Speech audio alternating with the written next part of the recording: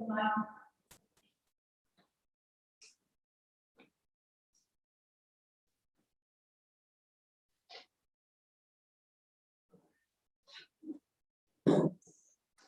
morning, everybody, and welcome to this meeting of the Children and Young People Scrutiny Committee. The agenda papers and the relevant information for this meeting are available for public viewing on the Herefordshire Council website. The Council is streamlining this meeting live on Herefordshire Council YouTube channel. It's also making a recording. The recording will be available via the Council's website shortly after the meeting has concluded. Other attendees are permitted to film, photograph and record our public meeting, provided that it does not disrupt the business of the meeting. If you do not wish to be filmed or photographed, please identify yourself so that everyone who attends and record the meeting can be made aware. So 2 members of the public have put their hands up. That's noted and you're behind the camera anyway, so thank you. To ensure that recording quality is maintained, could members speak as clearly as possible, please, and keep background noise to a minimum, and ensure that mobile phones and other devices are turned to silent. So, as a general welcome and introduction, this meeting has all changed. We've had the new officers and deputy chair, and we only had the meeting of the full council and the meeting on Friday. Obviously, there's been a lot of changes in that time, so we're all getting used to new jobs and new roles. But it's a very important time for citizens, particularly with the improvement plan that we have to help implement and scrutinise. So it's very important we get up to speed very quickly. And indeed, we felt that despite the short notice we Friday and today, we would hold the meeting and make sure we had enough councillors to ensure we had a quorum meeting. We have. And the reason for that is that groups have to allocate people to come. It doesn't have much time, but commended to the groups we've managed it, so thank you. This scrutiny committee consists of 7 councillors who are, just to remind people, who are appointed by the various groups, and up to 7 co-op teams who, to remind people, who can't vote, other than those who are representing education, they can vote on education issues. If you all introduce ourselves, because there are quite a few who are new, so I'll start and say, Councillor Philip Powers, I've been on scrutiny for a couple of years, but this is my first meeting as chair. Question? I'm Councillor Jenny Hewitt and represent Northern Valley North. I've taken a strong interest in safeguarding, and as a result I find myself here. I've served on general scrutiny. I love asking questions, but I'm a novice, so I would appear like a toddler in the room at times. Andrew James, I've been on scrutiny for 3 years, and I'm a co-opted member representing special educational needs. Helen Alison, County Councillor Ledbury South. I've been sitting on the adult scrutiny, and I have just moved to the child scrutiny. I'm children 16 plus champion. So, absolutely perfect person to come to this. Thank you very much. Hi, I'm Jane Ellis. I'm Director of Health Watch. I'm responsible for children's services and primary care in Health Watch, and I'm here as an observer. Elizabeth. Good morning, Chair. I'm Elizabeth Foxton, Councillor for Guardianship, and I'm subbing for it was Paul Andrews, but it's for someone else instead. But now Councillor Cafe, I think. Is it closed? So thank you. I'm going to request somebody as Assistant Director, safeguarding, concentrating on the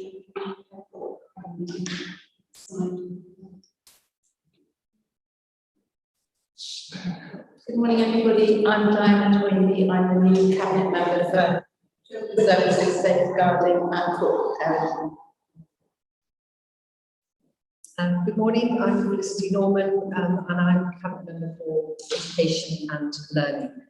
Possibly a slightly different title once it's been decided, but broadly that's it. much. Good morning, everybody. I'm Kath Knowles. I'm the interim director of Children's Services, which is the statutory role required for children's services.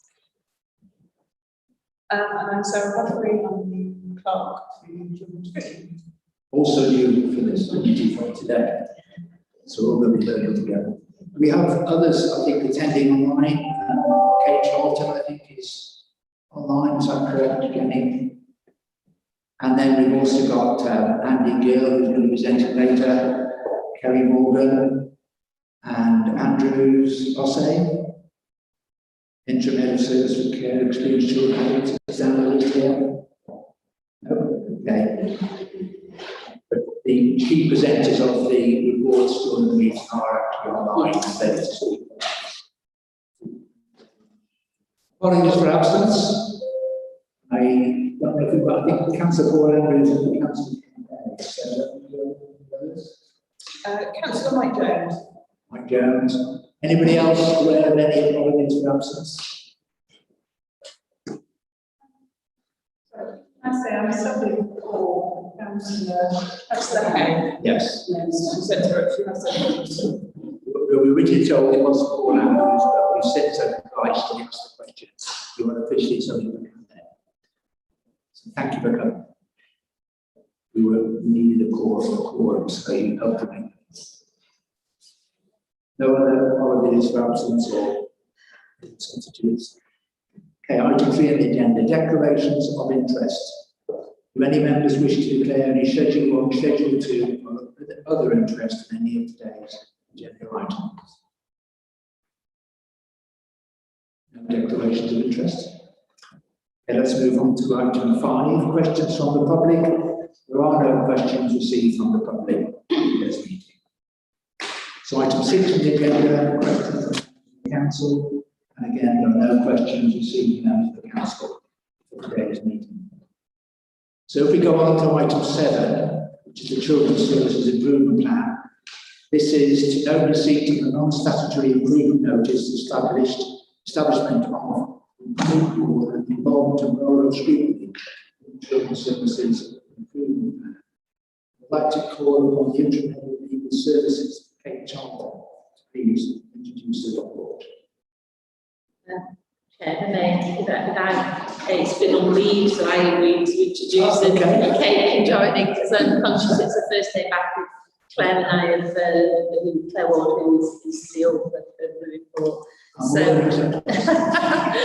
thank you. I'm sure Kate will join in where needed. Yes, please, Chair, if I may sort of present this report on behalf of the Chief Executive. As many of you know, we are now on a non-statutory notice to improve in the Directorate.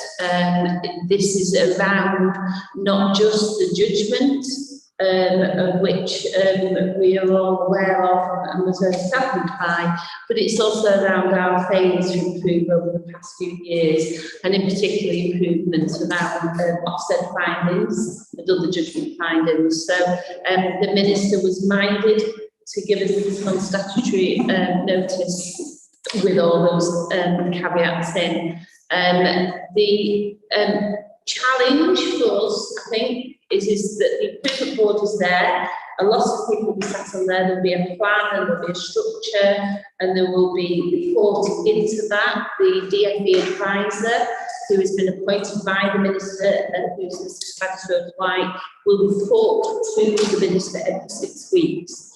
And the sort of the challenge is whether a member of the committee, the chair of the committee, sits on the board, or whether we do something different to allow them to support this committee to keep their independence and their scrutiny, which is the right thing to do. I know Mrs. Gold White is very happy to come and meet scrutiny and talk to scrutiny members if that's helpful. So I'll just ask that I present the report and really ask some questions from it, and soon we'll put it in. Anybody got any questions or wants to raise? So, can you say who you are so they can? Yeah, Councillor Jenny Hewitt, I'm speaking.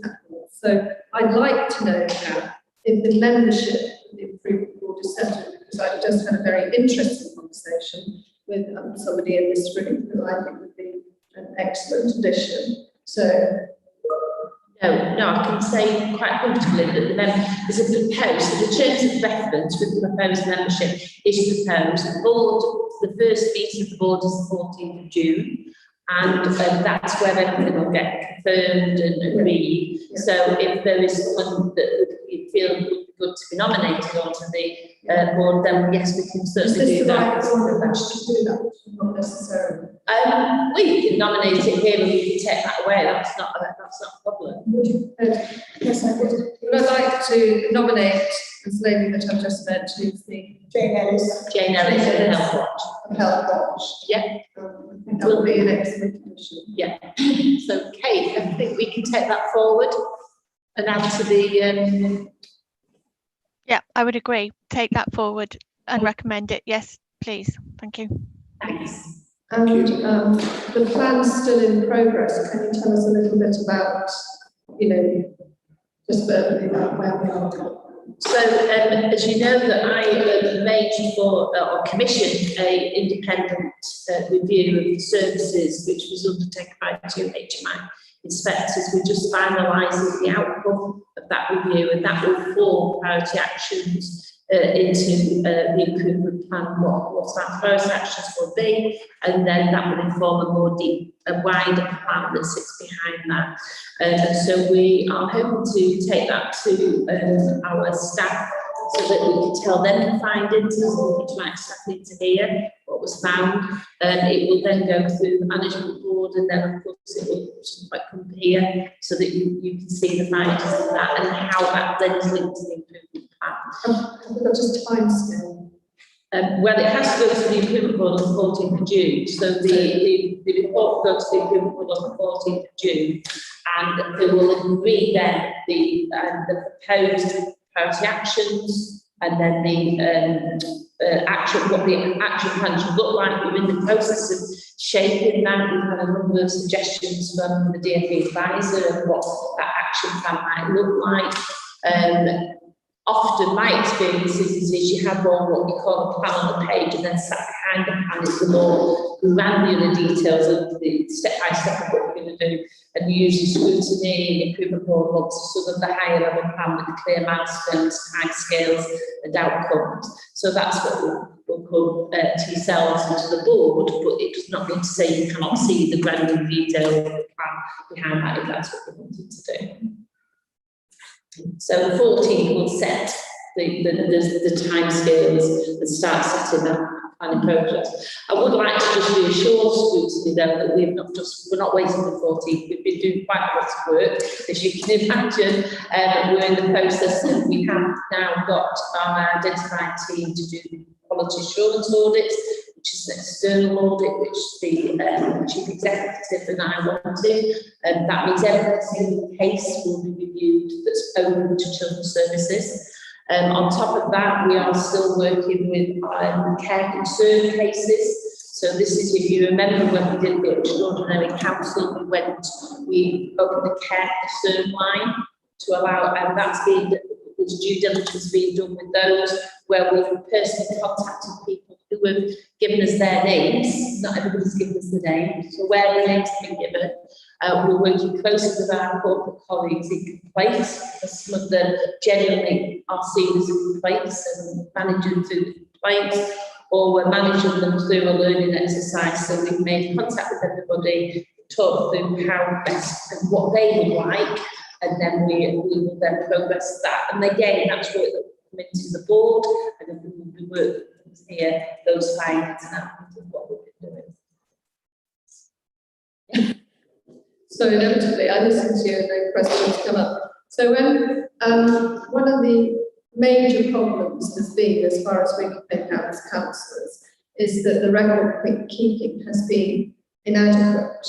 And records are kept in various different places. And following the conversation that I had with you, one of the things that occurred to me was that if we're going to do 100% of cases, there are cases which occurred during the 4-year period from 2017 when we had our first live case here on here. and that were sitting in a framework that sat with schools. And, you know, in that area, where are we going to include peer-on-peer cases in this 100% review of cases? Because at the moment, we have had a review of historic cases, which unfortunately, because of the lack of good record keeping, we couldn't make very much sense of as councillors. And now we're in a situation where there's a sort of an overlap between that process that happened and what you're saying about 100% of cases being reviewed. So my question is where are we going to get the information? Because one of the things that you just mentioned was the complaint. This is a complex question, but the complaints process, and that usually used to go straight into the directorate, and now I believe what's happening, I think I'm right in saying, Kate Chan, correctly on this, it goes to Oxford, so it's independently assessed. So then are they coming back to feed into your process where those complaints are going? So there's a few questions in it. Okay, so first of all, the review that we're doing is a review of all cases that are currently open in children's services. So from early help right through the journey, what we would call the journey of the child. So that's all cases that are open on Mosaic, which is the system, the sort of the case management system. When you got Mosaic, you would have historically put historical cases in. There would have been a sort of a transfer of a legacy database into a new database. So everything should be there, but we will do due diligence to make sure that there isn't anything outside of that to cross-check. In terms of the care concerns and complaints, I think what you're referring to is also whistleblowing. So the whistleblowing system sits outside of the council. I believe that's with Cambridge. I'm sure Kate would confirm that. And any whistleblowing complaints go outside. At the moment, I can say I've had this two. I've dealt with them because I've been open copied into them. And so I've notwithstanding that it's gone to them, and I've reached out to those members of staff.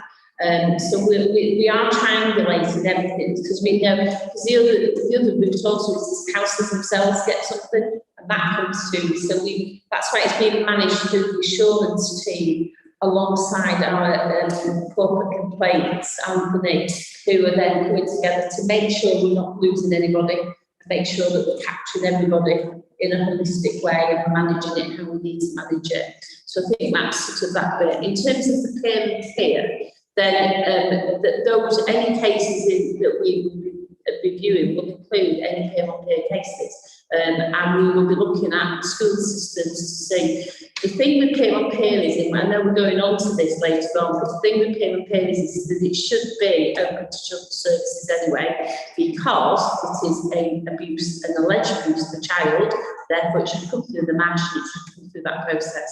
And that's the sort of thing we're going to be talking about later on, because we know that's where it's not quite worked, and those are some of the changes that we put in place. The peer-on-peer review cases will be part of that review. A follow-up question from the chair. You said they have the care line that people are called. Yeah.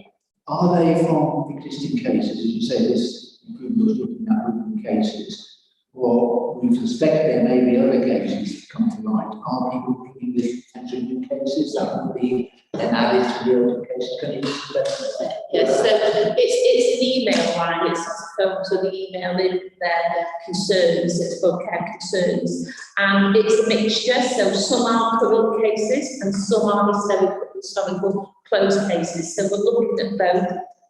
So it's even the historical ones, we're still looking at those and working through. Some of the themes coming through is they just want to tell us their story. They want us to learn, which is what I really want. And I've reached out to people and saying, please tell me, I can't fix this unless I know. And I know that's also the mantra of the corporate management team as well, including Paul Walker, the chief exec. So the line's open, it's remaining open, and we're managing to manage that and making sure that we're reaching out. I can say to you that the DfE advisor had an email that came through to her as well. That came into us, and we've managed that. So we know that it's to them, please get them, and it comes through. So we're making sure it's related to the insurance team. So I have to say, they're doing a really good job in managing this. So the evidence is clear that not only existing cases, but potential new ones. People are aware of it and they use the service. Yes, yeah. And that remains it. Just a follow-up question, can I ask where it's being advertised? I know it was advertised on the main website, and I know it was the link was when we had the special full council meeting. Kate, do you know, is it start your web airlines on the website? Sorry, Kath, can I just confirm, is the improvement notice on the website? No, sorry, the care concerns, the email where you do care concerns, that's on our web, there's a link on the website, wasn't there? There's a link on the website. I'll check that while the meeting's carrying on, and I'll confirm that I'll confirm that position. One of the proposals for the improvement notices is to have a dedicated website for an outbound improvement journey, and in that we'll minutes can go on it, agendas, our plan, our progress, any inspection reports that might come away, and reviews that we do, so that it will be outward facing to allow the public to see that we are open and transparent. And I did suggest that we also put the link back on there to remind people that link's there, and that's a piece of work in progress that I've been talking to our council about. It'll be good to get that confirmation, Kate, thank you, because it's obviously crucial that people are aware, even if their case hasn't been considered or they did their case and finished, it's good. Yes. It's really important to make that information available to everybody. Just to remind people that the printed recommendations on this topic, the second one says that this committee reflects upon the establishment of the improvement board and what role it will play in ensuring that improvements in the improvement notice are effective. Well, obviously, we've asked a few questions on that top table, but have you any other questions about what role you feel the improvement board should make? And there are no silly questions, by the way. This is quite a complex area. If you don't know an answer to something, it's probable we don't know the answer either. So do please ask the question if it's something you're not sure about.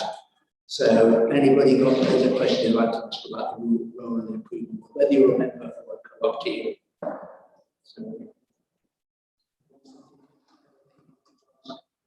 No, thank you. Chair, because obviously I came to this very late last night. I managed to see the papers at midnight, and my computer's not playing ball, so I can't access it. So I'm flying blind, but so I'm listening. I did explain earlier on that it's all new when we start trying to get people in place. We decided to hold the meeting because it's something decided to have the meeting because there are lots of issues. We all know that, made it public that we're all adapting to our new roles, and indeed even getting the information, given it was a bank holiday weekend.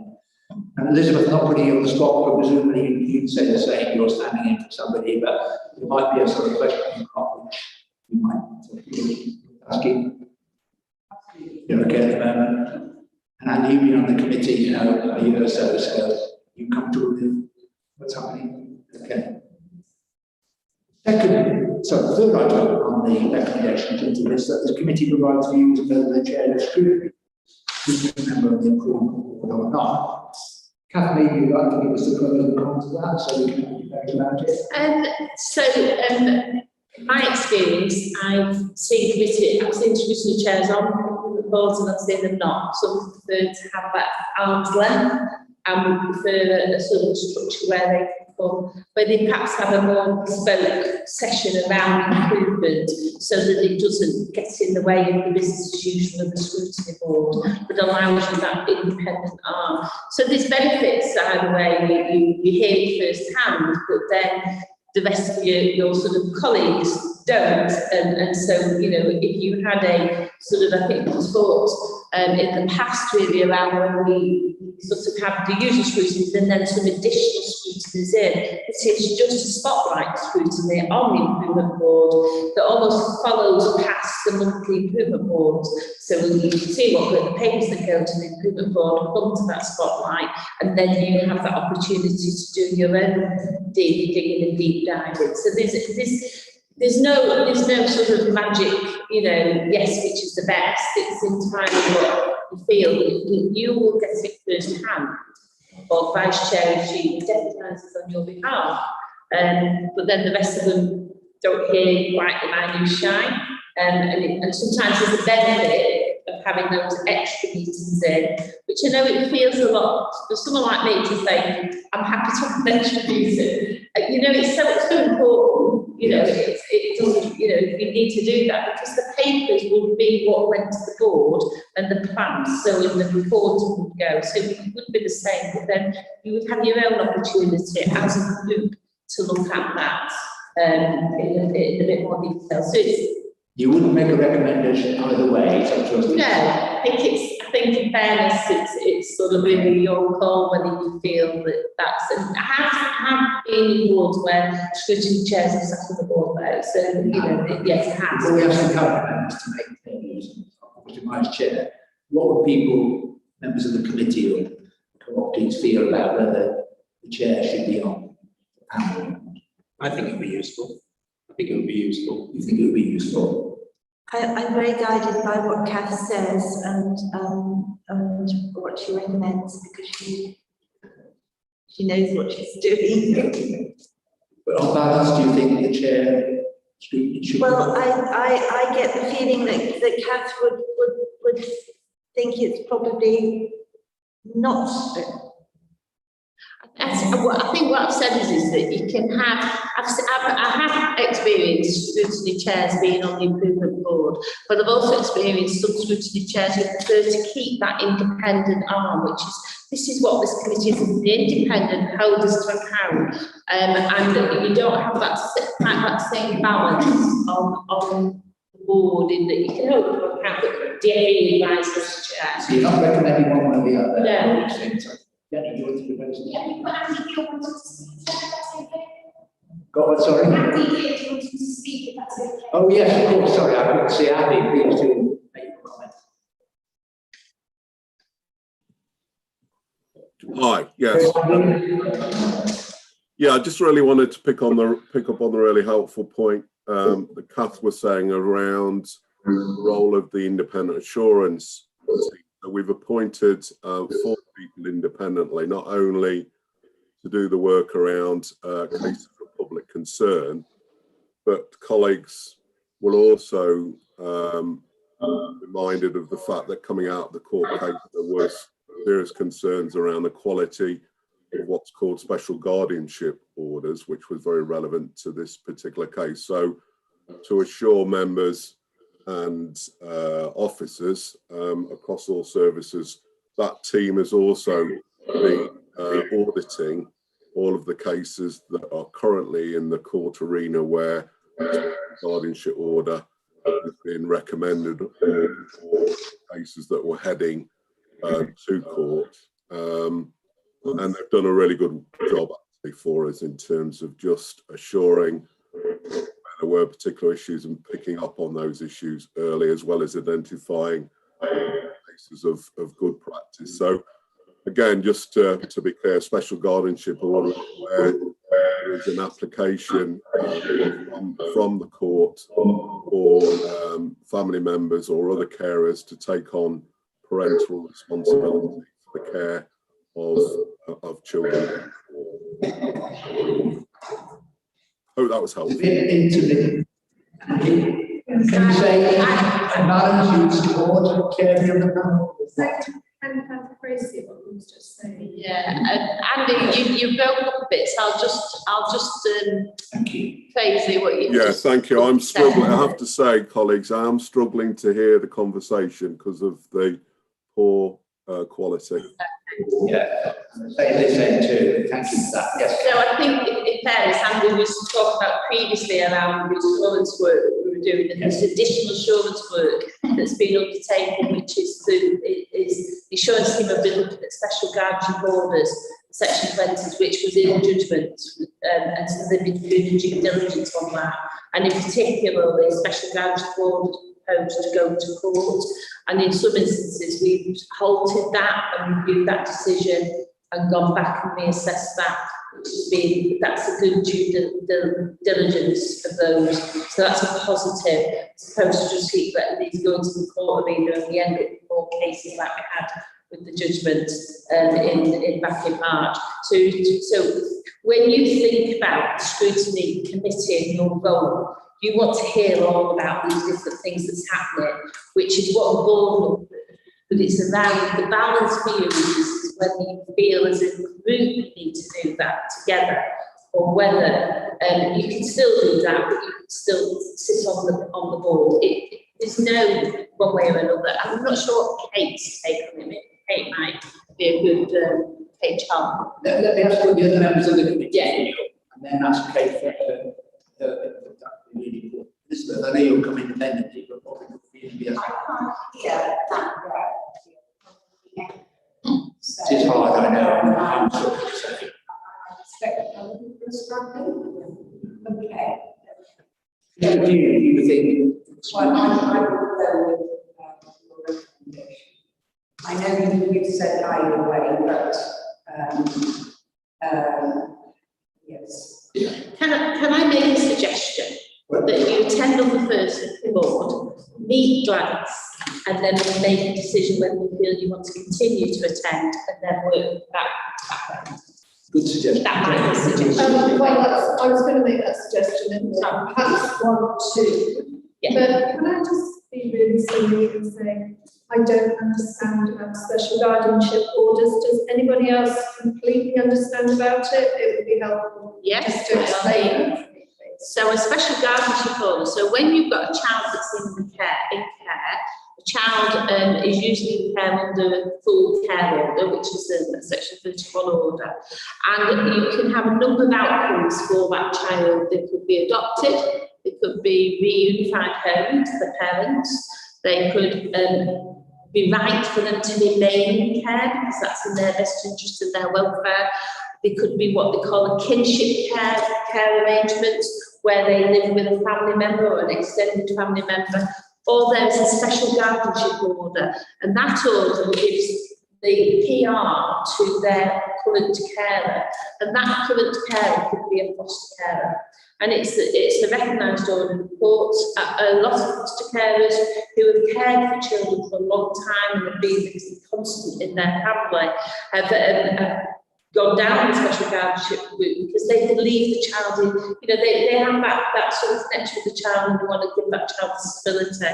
And there is case law on special guardianship in that a foster carer should not be disadvantaged if they go down that route. So I financial disadvantage because they've become a special guardianship. Because foster care is a professional role in its own right. So sometimes we go down special guardianship orders because that's in the best interest of the child. It's the rights, the welfare, and everybody together. Where we've stopped it is where we've said, no, we've not done the due diligence and robustness and check the family, the child, and with the care, whether that's the right outcome for that child. And that was the bit that Andrew was saying, part of the review they've done, they've stopped a couple of those decisions, taken it back, and said, no, we need to rethink this. Is this the right decision and outcome for this child? Special guardianship is another form of alternative care for a child. So in the normal, should we have been reviewing any special guardianship orders on a particular set time scale? Or when they're given, they won't be just left in place? And that's it. Once they're given, there is the special guardianship is there. The other side that it would come back for review is if the placement broke down and the child came back into the care system. I think what you raised there, both the question and the answer, is that I didn't have to go to so many acronyms. Yes, exactly. Try and avoid them. Yolanda sent a very support a couple of weeks ago about all the different definitions of very similar sounding groups, which are quite different. So one thing we need to know, we should offer training for all the people on the committee, so we're much more aware of all the special considerations are Yes. given to whether it's send, whether it's guardianship, whatever. Yes. We should arrange as soon as possible. Yes. Training for members of the committee, because we all struggle with that even after a year or so. We've got a lifetime in it. It's sort of coming a little naturally, but it seems to be banned with acronyms. I'll be honest with you, I don't like acronyms myself. We normally hear SGO, which is Special Guardianship Order, ICO, Interim Care Order, PPO, Police Protection Order, and I don't like acronyms, so I'm absolutely with you on that one. Maybe one of the things about the training is the list of all the acronyms. So we call the jargon buster for the committee. Would you like to comment, company members, on what you think should be the role of scrutiny in the No, I don't. I think my role is separate. I mean, our relationship is really important, but my role, which is to be, to work hand in hand with all of you on the committee and with Kath and everything else. But I also have that mandate to sort of be a one move as well. Okay, fine, thank you. To make sure that it's, to think strategically, make sure that it's right for heritage. Thank you very much. Understood. I agree to some extent with what Diana says. It is a stand back, but I actually like the idea of to me, objectively, that makes sense to attend, to get a feel for it, to to sort of work out from that what might be the best way forward. But it's your decision clearly, and that is not something And that, not so my view would that be more valuable to attend than not, in particular taking Jenny and not Chairman for at least attend the first one. One of the conversations I had before the meeting was we've already got a very full work agenda for this committee for the next year. We're not meeting again until the end of July. So to add to it, improvement board issues are going to be quite difficult with the existing agenda. So one of the things I would like to put to members is that if the chair of the scrutiny was on the board, we could hold special meetings on this committee, which I think myself are going to have to do. Issues perhaps between the meetings you've already agreed that are specifically addressing improvement board issues. I don't think we're going to be able to get to all the agenda items of the current workload and all the issues that come up from the improvement board unless we have other meetings. And probably at least as many meetings again as we've got scheduled during the year. And my view is if the chair of the scrutiny was at those board meetings, then being proactive as well as reactive, you could be at those meetings and agenda items for the next meeting. This committee specifically board matters. So my view is that we really need to be there and have a discussion at the board meeting where you can agree what those agenda items should be. So I want to discuss with Tara Clark that we could put that in the meeting on members and say, let's give some dates about an equal number of improvement board meetings during the year.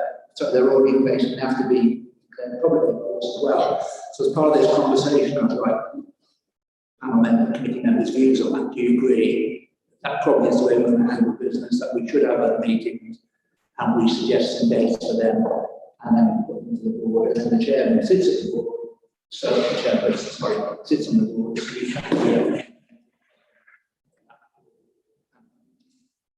What do people think about that? You agree? Yeah, you agree. And it gives you a double whammy, doesn't it? So, yeah, It gives you a double whammy. yes, exactly, yeah. Well, the implication of what you said means that in your mind, you view attending improvement board meetings to be continuous for the chair to have a continuous presence, because otherwise we won't be able to feed back to these special. Well, that's what I'm saying, yes. So that's what we're representing. But Which taking also from sounds- the first one, it wouldn't mean that makes sense. But my suggestion is that might be seen as a sensible way forward. Agenda items for future meetings of this committee, specifically addressing.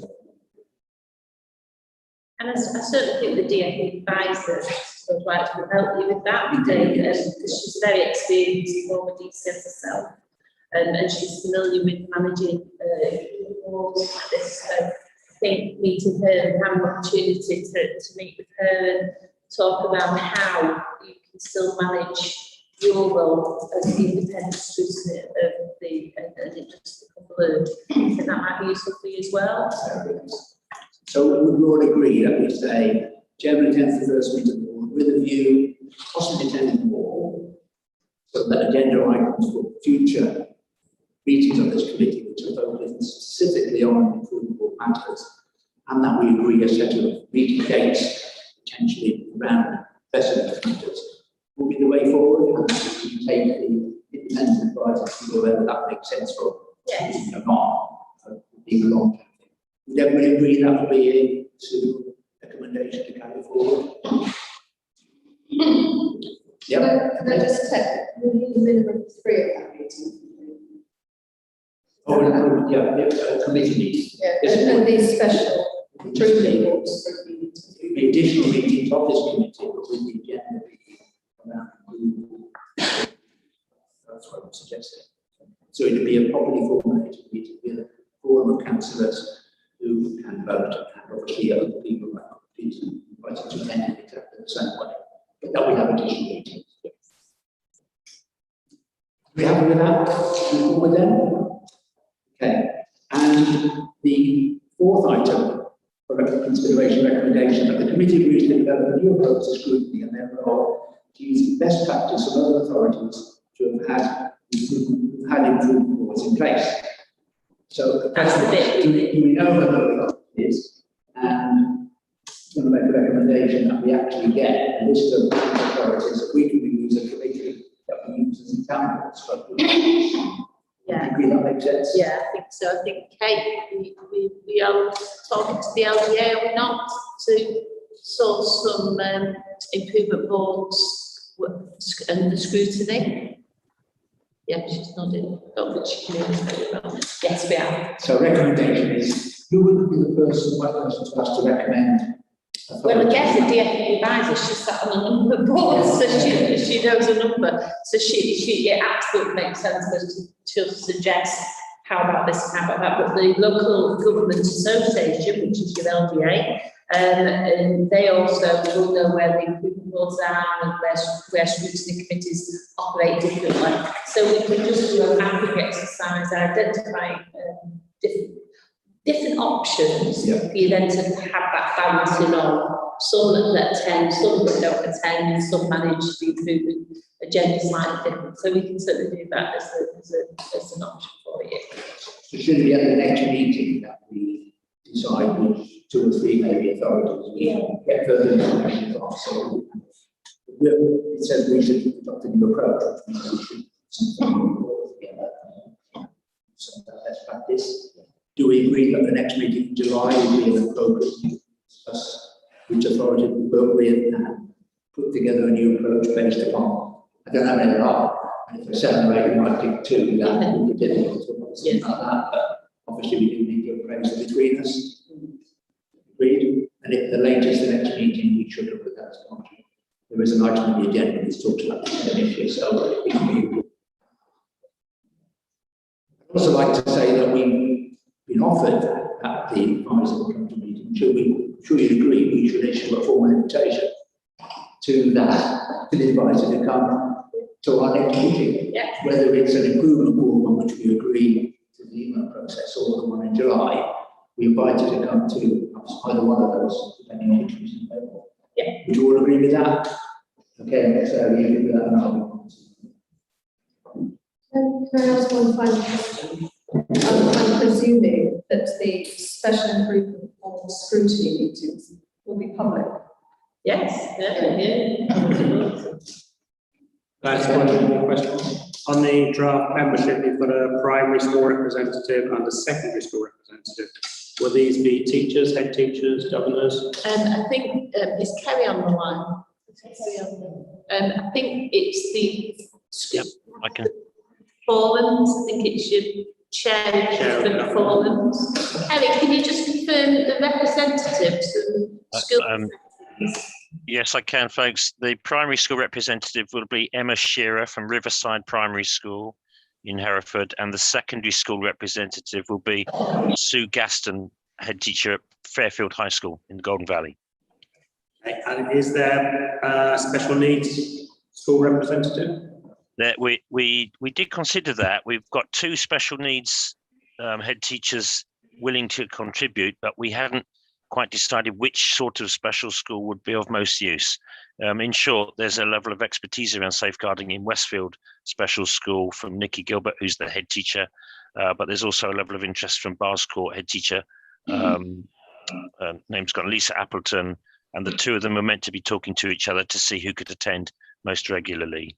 So we can factor in a special school representative if needed. Happy with that? Yes, that answers my question. Thank you. One last question I had. At the last meeting, Legal Services talked about the red book that's used by them for advice. Is that something that would be helpful for members of the scrutiny committee to have a copy of and look at so we know what those rules are before the next meeting? Or is that something that probably the legal team needs to be aware of? Just struck me sensible to ask that question since it was referred to a few times. Yes, Kate, that's a question for you. Yeah, so could I just understand that was for legal services to advise No, on? Kate, it's the legal book that you use. You know the red book that you use as part of law? Yes, the red book, yes. Would that be something that would be useful for members of the committee to have seen and understood? Or is it just legal terms that don't necessarily help us? Oh, it really is a legal book in terms of, it really is a legal book rather than explaining operational issues. So it's legal references and case law and also statutes. So it isn't something I would suggest as being the most appropriate volume to understand how the processes work.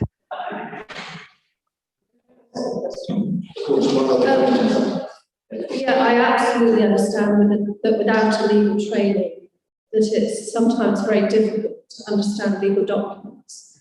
However, we can't really, as a group, be clear about what legal terms we're referencing unless at least we have access to the red book so we can see what tools we're using. Can I ask, before you answer, Kate, can I ask what other members of the committee might think about that?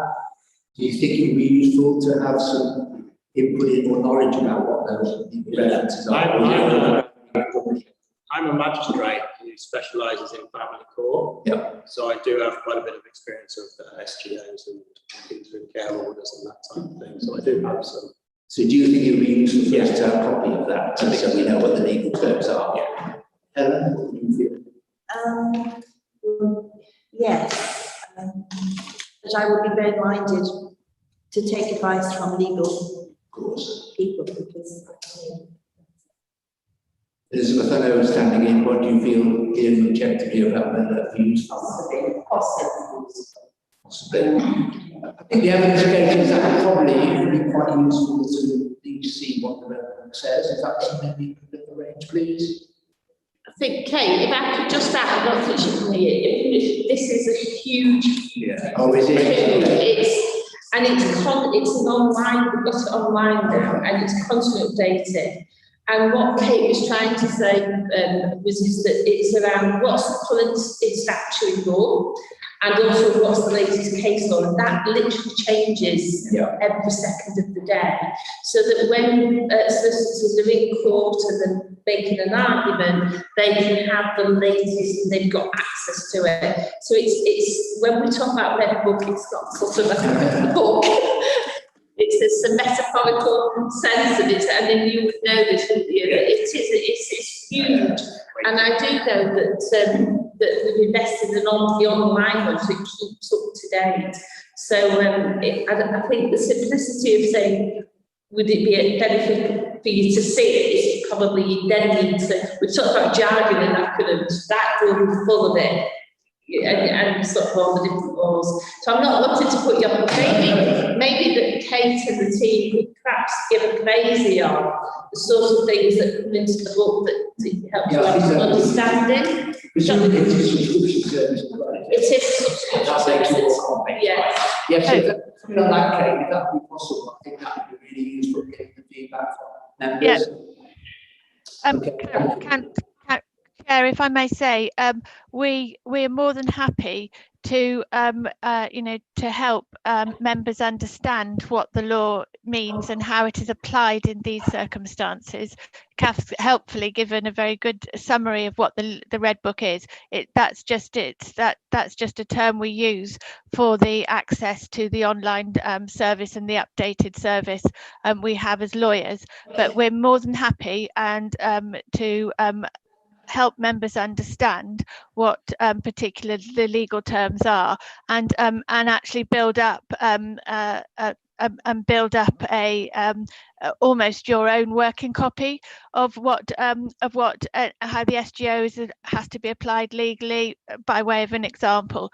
So we could help build something up for you to use as a reference, by all means. And also I have arranged previously, though due to holidays they're not at today's meeting, that actually there will be lawyers, the senior lawyers at each scrutiny meeting, to be able to answer technical queries that any members may have as well.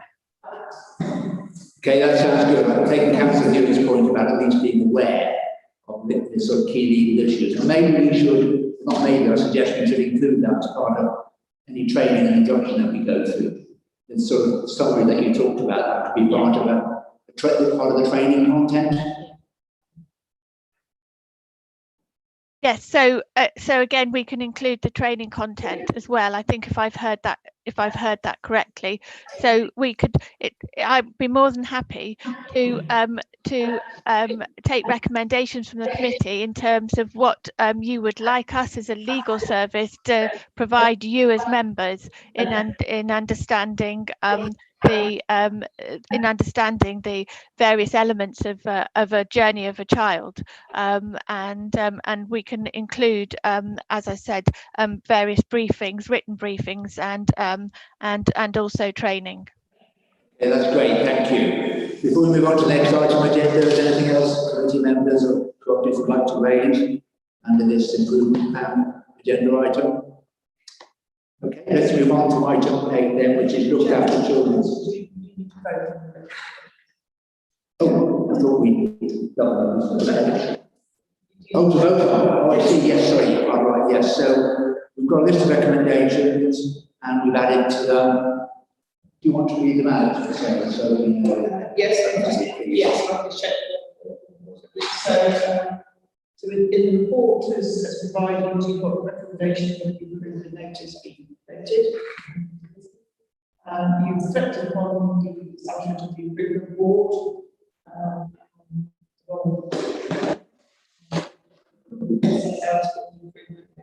Achieved. And we said that training and induction should be an important part of this understanding. Yes. You recommended that Jane Anderson has joined the board. And with respect to the chair attending the board, I've got the recommendations that you will attend the first meeting of the board, and then take a view as to whether you will continue as a permanent member of the improvement board. Taking advice from the legislation.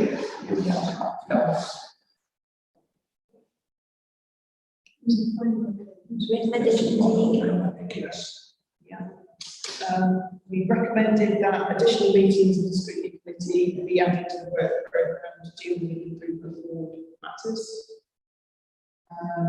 We've asked for details provided of other authorities to act as examples of good practice. We brought back at the July meeting alongside the improvement board item on the work programme.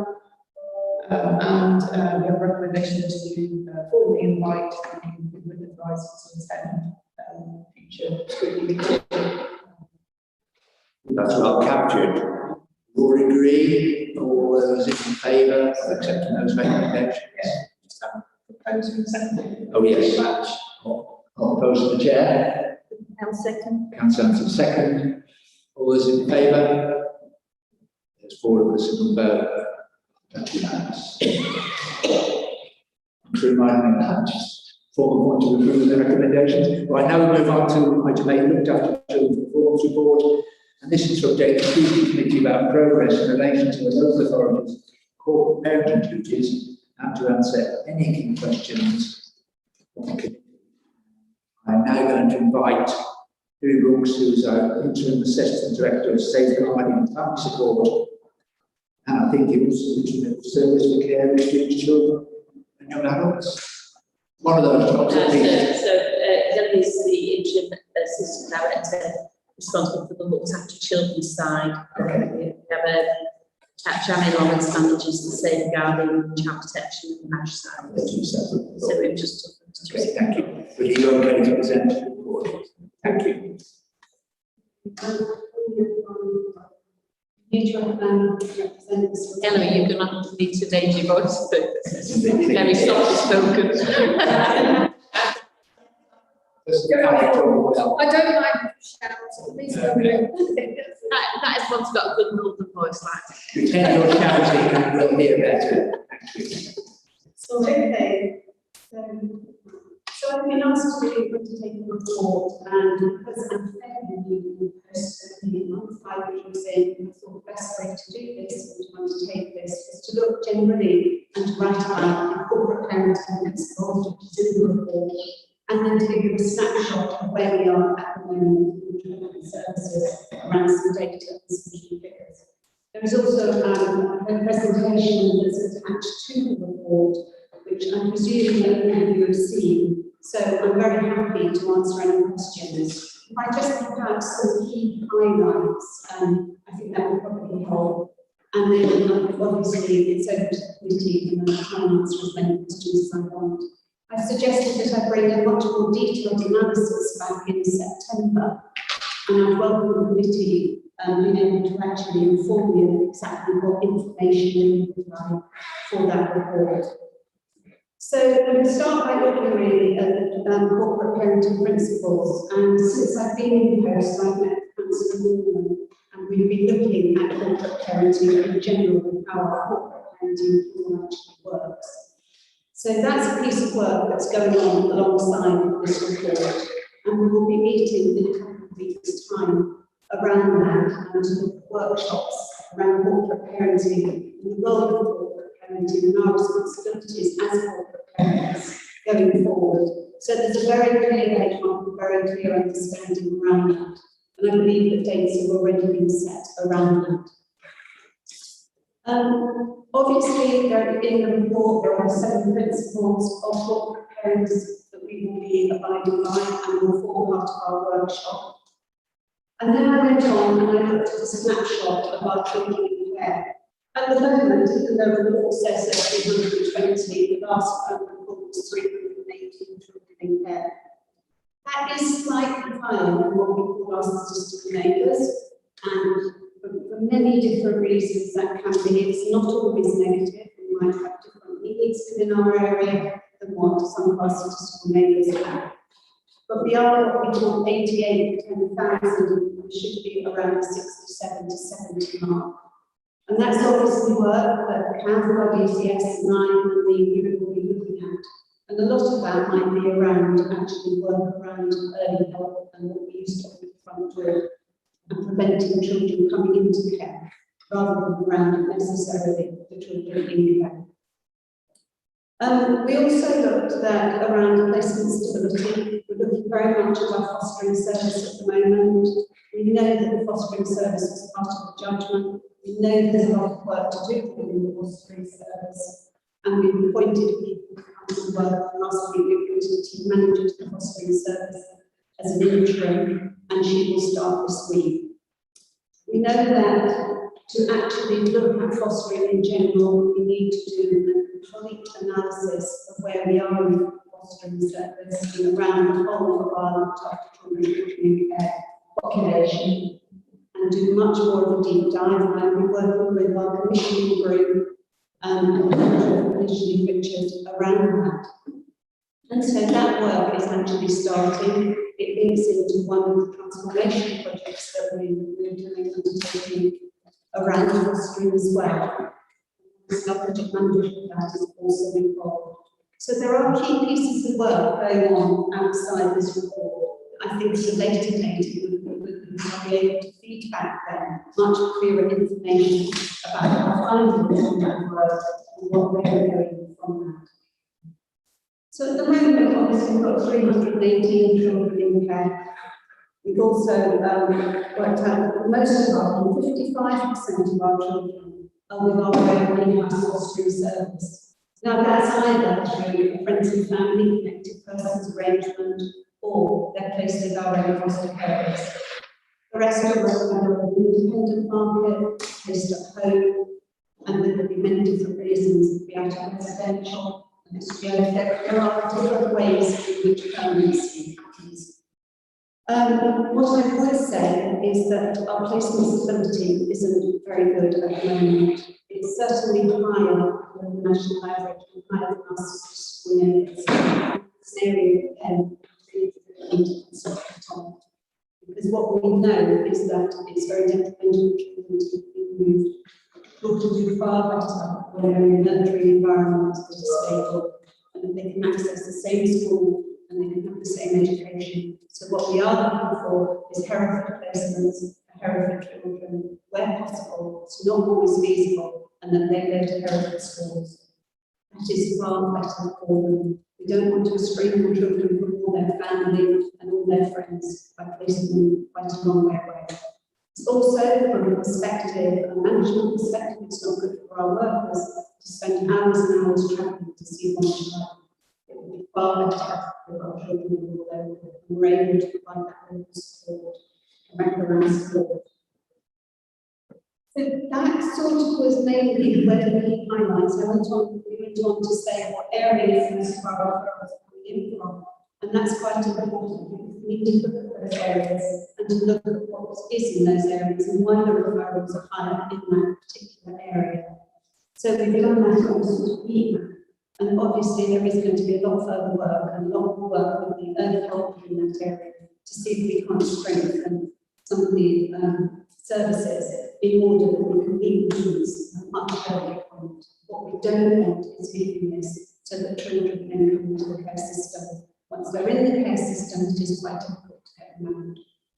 Another piece of stream work is looking at all permanency planning and permanency panels. Permanency planning is around when children into care and about their support for the into care actually. It's about when children are looking at coming into care, what we're actually doing to support that family. Looking at family group conferences, can any of the family members help?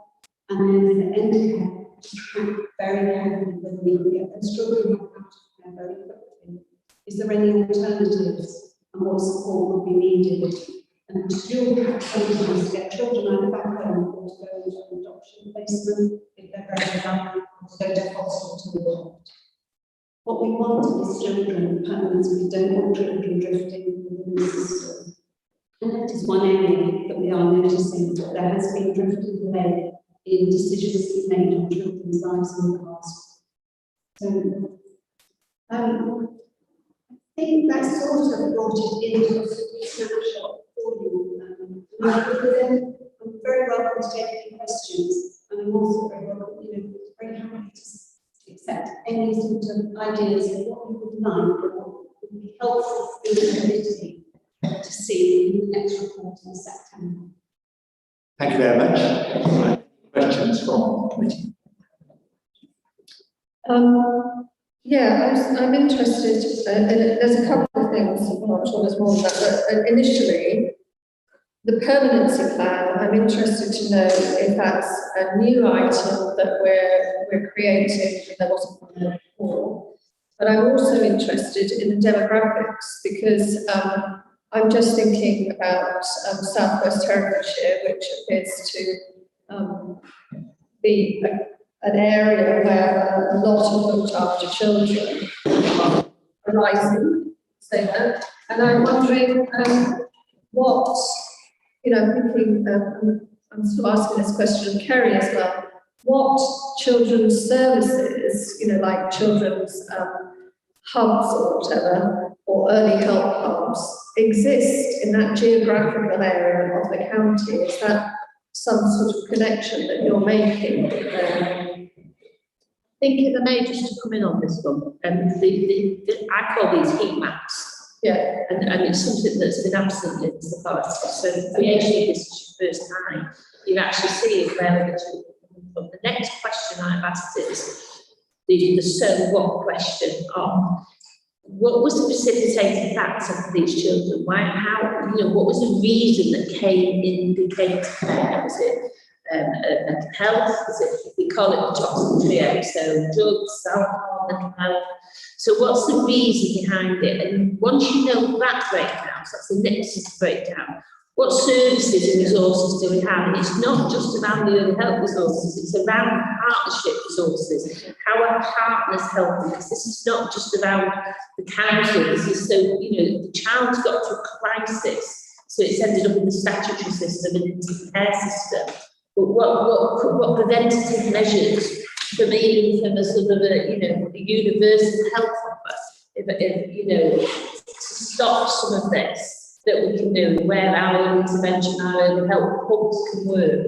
So the heat map is just the tip, really. It's, we can start digging. And do we have the right commissioned services in them areas? And where can we do some partnership work to make those commissioned services better? So then do that proactive, preventative work that keeps families together in a safe way. So I think that's the sort of it's that further information. So I was really pleased to see the heat map for because I've been asking for a heat map.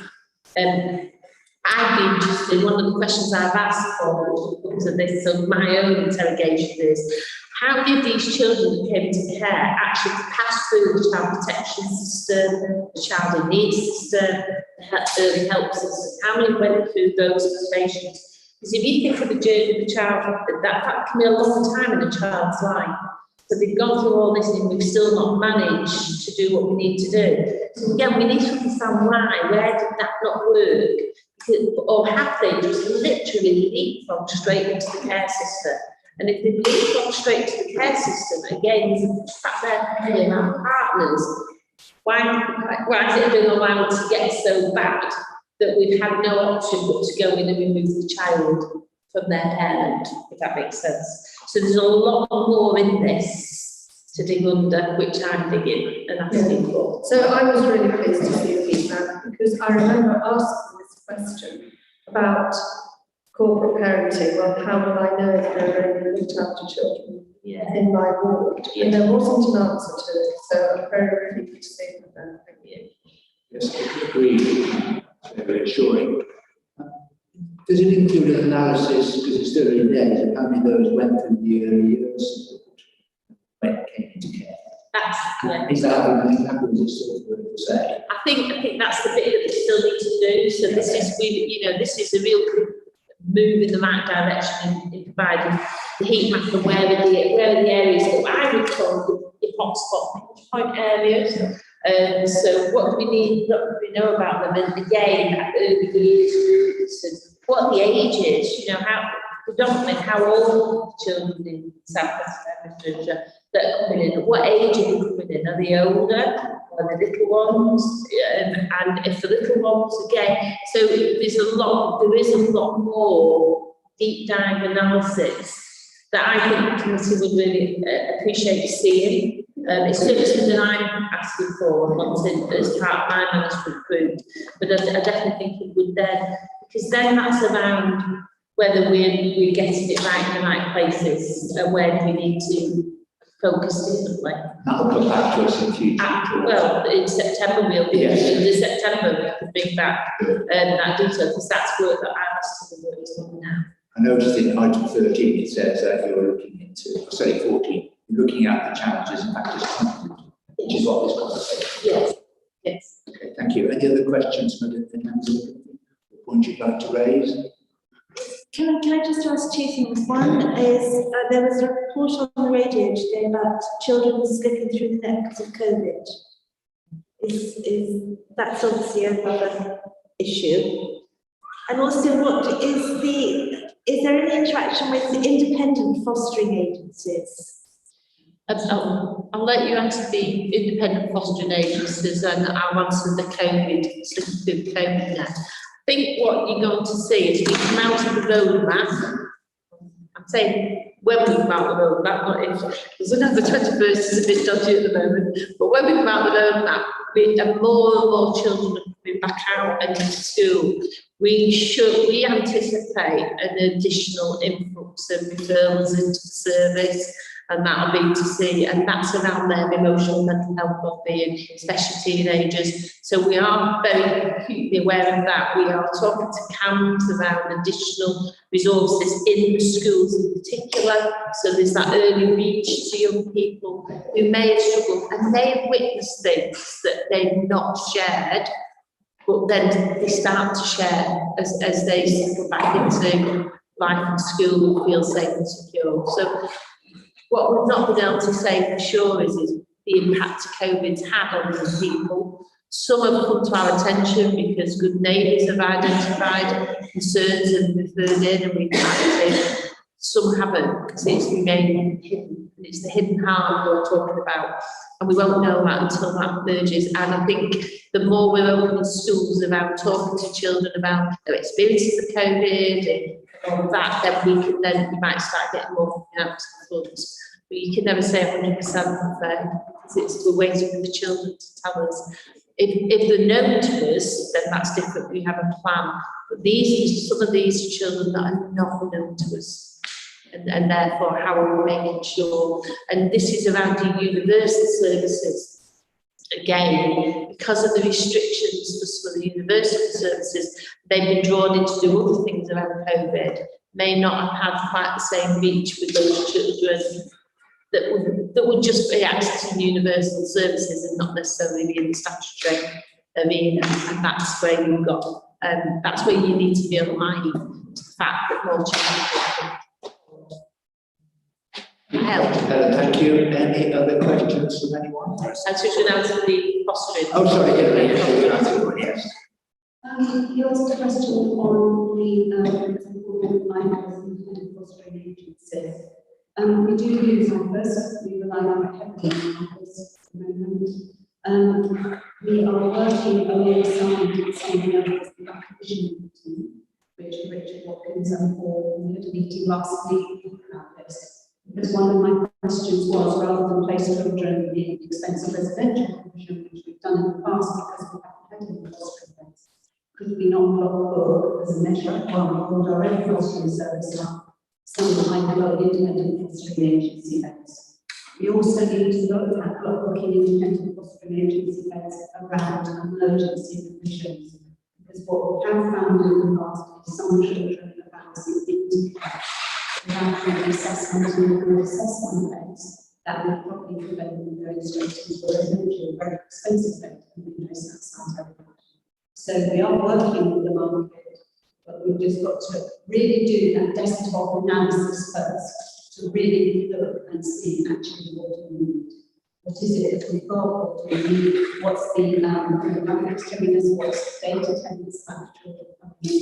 We are pretty sure that most of it is around young adolescents, and that they seem to be our heart and into place. But I also want to have a look around mother and baby and other areas as well. So it's just that time really to really do it. It's underway, and they are looking at some of the start data next week to really start having a look at the data analysis with another area to look at the fostering data. Happy with those answers, Helen? Happy with those answers? Okay. Andy? Yes, just a couple of points. Where you said, and as you pointed out, our numbers are statistically higher than our neighbours. Are we doing any work with them? So, for example, Shropshire, to learn from them why their numbers are more in line with the national average and ours are higher? We don't tend to work necessarily in those areas of the analysis of their numbers. I think one of the reasons there are many different But I think one of the things we need to do is probably do as further is very similar to the question I've done. Let's have a actually look at why we know that some of our children in care at the present time perhaps shouldn't be in the care or in the right part of care, and we know that children back straight into residential that need to be in foster care. We've got some children in foster care that are able to go home. But we need to really undertake that and have a clear understanding of our own figures, and also the prevention of front door doings, early help to prevent, and what's our partner agencies doing around risk in out in the community to prevent children coming in. And I think once we start doing that, once we understand clearer exactly where we're going, we will be able to look at whether we can reduce. Not, I mean, I've worked at places that are significantly higher. We're not significantly higher. We are, you know, we're not trying to form our power, we are the most of us in these authorities. So there could be many different reasons, but I really need to look at that. And every area is so different as well. And you know, it's a complex question to answer. I don't think I want to add any more to what I've said around that. Will that form part, because you're doing a review of the anomaly in the figures around February of last year? Will that review come before us as a report? Yeah. I mean, that was that went up to 355 right in February last year, and then we came back down again. And that again, many different. It's interesting because that was just before lockdown. I've got my days right, isn't it? So there could be many, but I will go away and we can ask for further analysis exactly what children came in, where their partners as well in hand, what were the reasons why those children came in, was it one particular reason we were looking at, or was it a whole particular reasons? I'm very happy to go away and subsequent question, Helen, from you. Sorry, I'm just looking at the number of placement moves. Is that typical across other authorities, or yes, most authorities do placement moves. Unfortunately, children's placements and placement numbers break down for many different reasons. We are over 2% higher currently, so we are slightly higher. Given where we are and given the issues that we are finding within the fostering service, I'm fully surprised by that. In fact, I'm the president of my so there's some good work going on clearly in order to make sure that children who placements are stable. You have to take into account that those placement moves are often, for many different reasons as well, that children come out of residential, children perhaps come naturally out of fostering into adoption as well as placement moves. There can be many different reasons why children move, but we're looking at really stability of children at multiple numbers of places, and that's the area that we're focused on. It is. That's around support. Sorry. So I was going to say, it is a good question though, because for me, it's an outlier for me. I don't like children having multiple moves. You've got two people that have 12 or more placement moves. And I think that's just not acceptable. And that's telling me that we are not assessing the child's needs and identifying the placement of the appropriate placement for that child. And so every time we move a child, that has an impact on their emotion and their well-being. So for me, any multiple moves is not good for a child. It's something Ofsted will pick up on. It's something the inspectors pick on. They want to know 2 or 3 moves. Hilary is right. Sometimes they may come into an emergency and then they move to a more permanent. That's really what you want. But you should really have multiple moves. And so understanding that, as Hilary is saying, getting under that, why we have all these multiple moves. This is around how we assess the children, which brings you back to practice. How do we assess children? How do we identify needs? How do we ensure the analysis is accurate? And then how do we ensure that we've got the sufficiency of placements to match the needs? So understanding our cared for population, our children that are in care, understanding their needs will future-proof where we think we need to meet needs going forward. And that's part of the sufficiency strategy. But also we haven't got something as basic as a family group conferencing service here.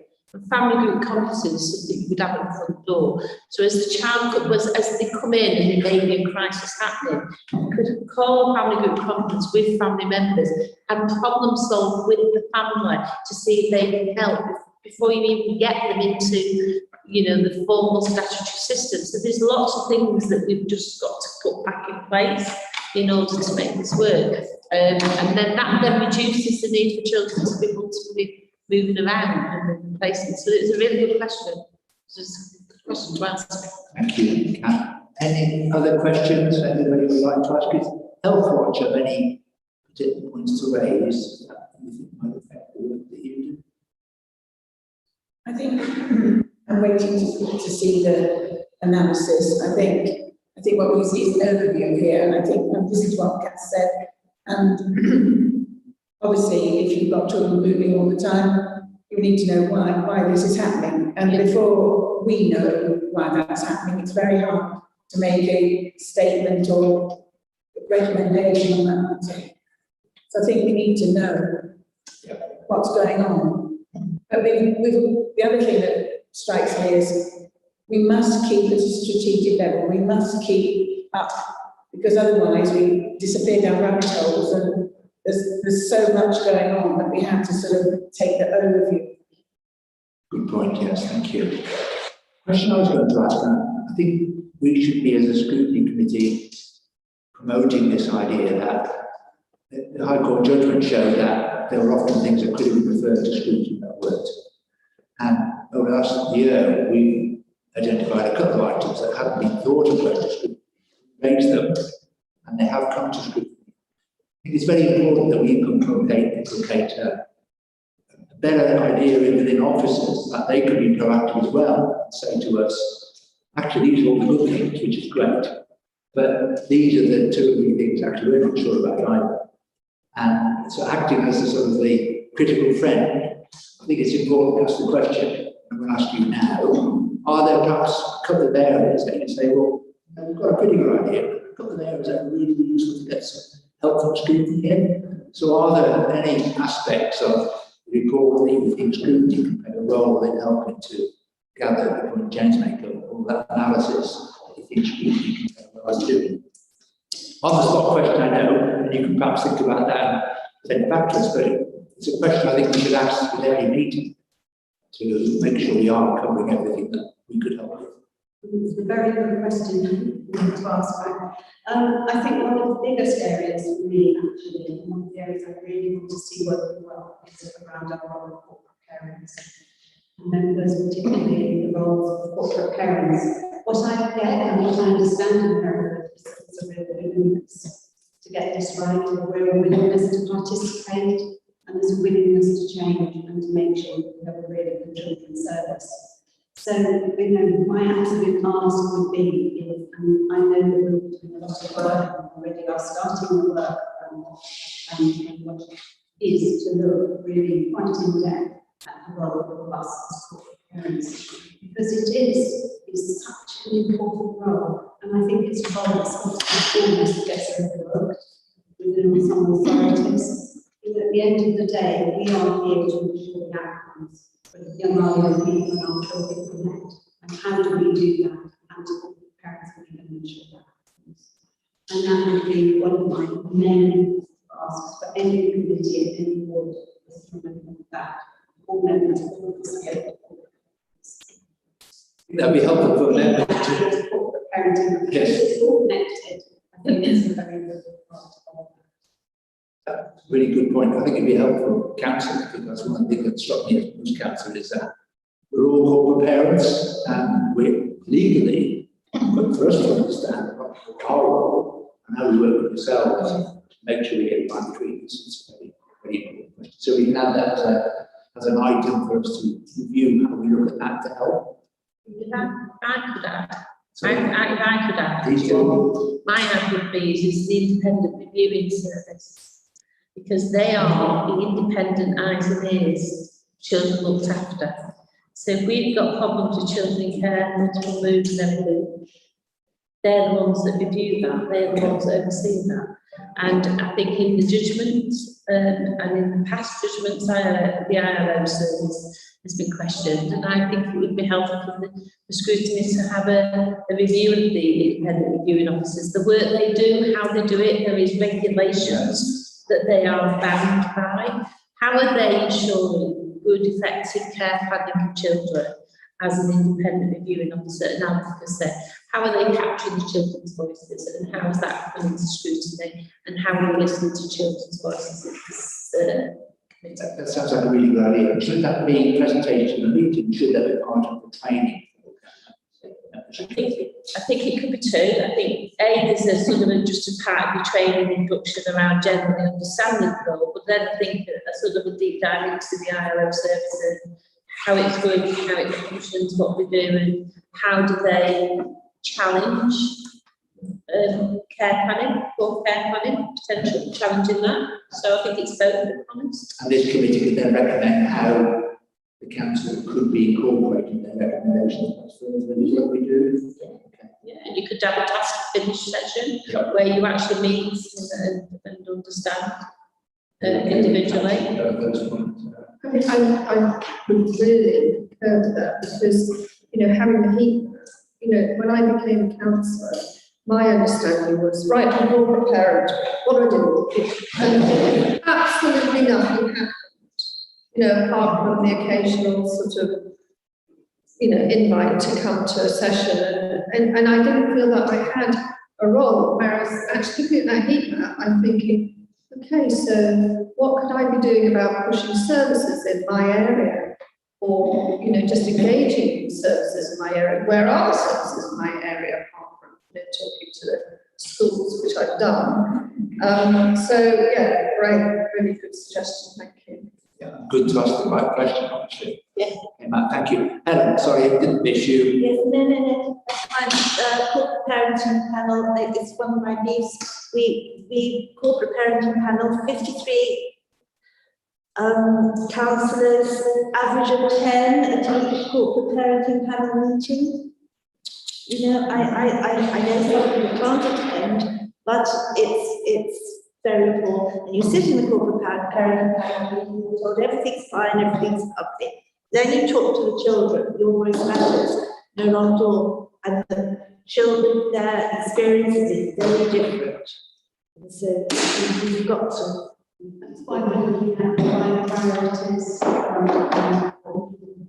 which are obviously, you know, mental health, safeguarding, education, independence, and looking at the priorities, and then we're also looking at what young people's priorities are. So we're working with young people to ask what are their priorities, what do they want to see improve, and housing, accommodation, obviously, all of those. And then the connecting so that we actually get to the outcomes, because that's what we're missing, is the clear outcomes of how we are making a difference. It's the so-called question we all sit around, what difference are we making? That is on its way. Right, thank you. Yes. Okay, sorry, Jenny.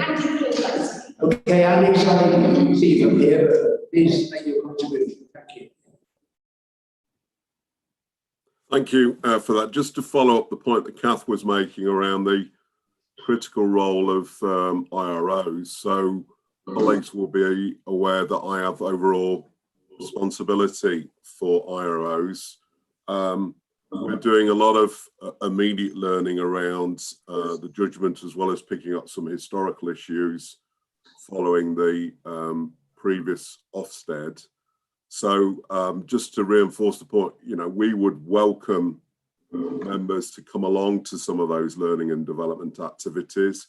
And then similarly, you know, for the IROs to provide a presentation and to perhaps a Q&A session with members as well. The greater the engagement, the better. Great, thank you. It's good to get that confirmation. Any other points that you want to raise, Jen? Yes. Yeah, it just strikes me that this is such an important matter, but just like diversity training is a compulsory piece of training in central government, it might be that the scrutiny committee could consider making corporate parenting training part of the council's duties, so that we get much better buy-in. Because it seems to me, I attended the meeting on the 27th of April where the council spoke about the judgment, and the number of councillors who say, well, I never knew I was a corporate parent, and I was actually shocked, and I wrote that down in my notebook, something I had to bring up. Good suggestion, yeah, thank you. Any other comments? I'll just summarise, there are two printed recommendations, and the printed ones are that the committee reviews the information provided and determines any recommendation it wishes to make to the executive to explore further improvements, and the committee notes its work programme and further update will be provided in respect of children care at a later meeting in September 2021. We've got an extra recommendation. And so I picked up, we've got these suggestions of additional items for our work programmes. We've got the corporate parenting angle and the independent viewing service. We've got part of the induction training and potentially coming to scrutiny to investigate further how the IROs we can recommend the scrutiny the council should be working with their later. Yeah. Okay with that? Any other recommendation anyone wants to make? Can I have a proposal that we accept those recommendations then, please? Oppose. Councillor Hewitt, seconder. Councillor Foxton. All those in favour? That's unanimous. Thank you. We didn't ask him last question, cabinet members, but are there any points that you'd like to make on this topic? I think one thing I'd add is that we can find a way of hearing the voice of the child. I think it's clear that we're certainly not doing that. I mean, it's obviously not easy. We have organisations like Your Voice Matters, but those are almost self-selected, they're articulate, they're well worth listening to, wonderful young people who've got some real ideas. But there's a whole range of children out there who are not being heard. I'm not sure there's any cut and dry way of doing that, but I do think it's very high on the agenda for some community to actually look at. Yeah, the most vulnerable are the ones least able to speak out. Yes. That is an issue to address too. Yeah. Yeah, just briefly, I personally find it very refreshing to listen to Hilary because she's very clear and she's doing a deep analysis of where we are. And to me, that feels really overdue. And the focus on placement stability is awful to think of children being sent along their way, or being moved a lot. Family group conferences, which is surprising what happened before. Corporate parenting, this weekend I read the government guidance on, and the LGA. I read loads of stuff about corporate parenting, and it's basically a load of platitudes. So it's, it's really great that they can actually do something concrete about it here, which is really challenging, isn't it? Because what does it actually mean in practice? Can we do ward level stuff, like you were saying? What can we actually do? So I'm really pleased. And as far as scrutiny is concerned, because I was over there just a great few days ago, this is all very interesting, and the phrase it from the scrutiny point of view, phrases like looked after children reduction plan. You can come into scrutiny and think, oh, that sounds like a great thing, and then you can think, well, or is it? So I'm going back to item 7. It's really good that we're looking again at all this stuff, and I'm really pleased. And another example being IROs. Just have some direct conversations with them. Let's support everything we need. I could say a lot more, but I'll stop there. Great, thank you very much. If we move on to the next item, would everybody agree we have a adjournment at this point? Like an adjournment? Do we agree with that? In favour? Okay, can we confirm we can turn off the live broadcast in 10 minutes?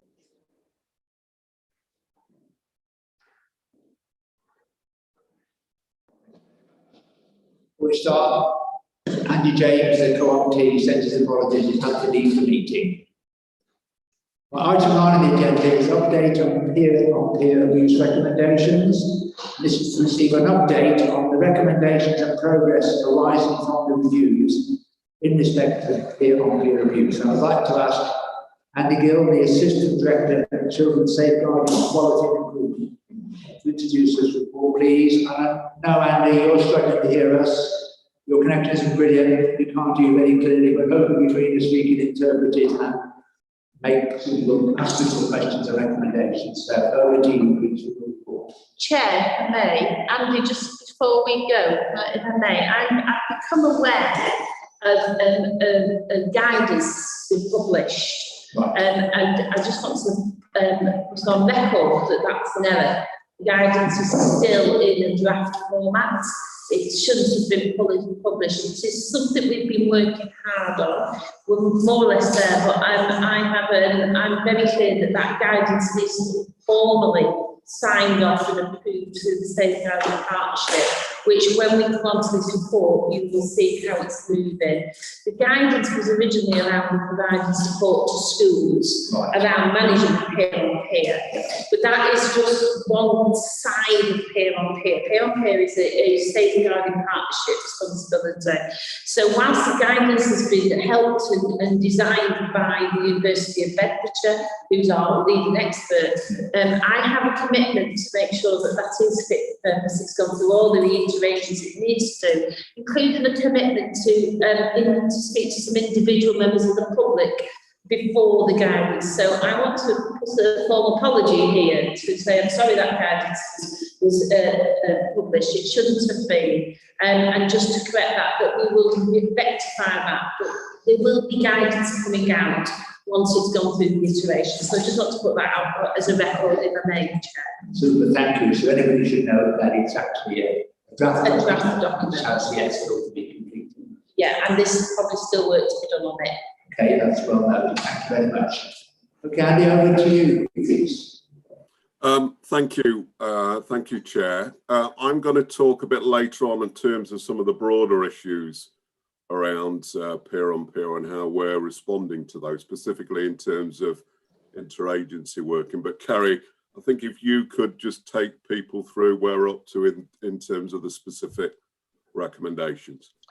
Thank you, Andy. Good afternoon, everybody.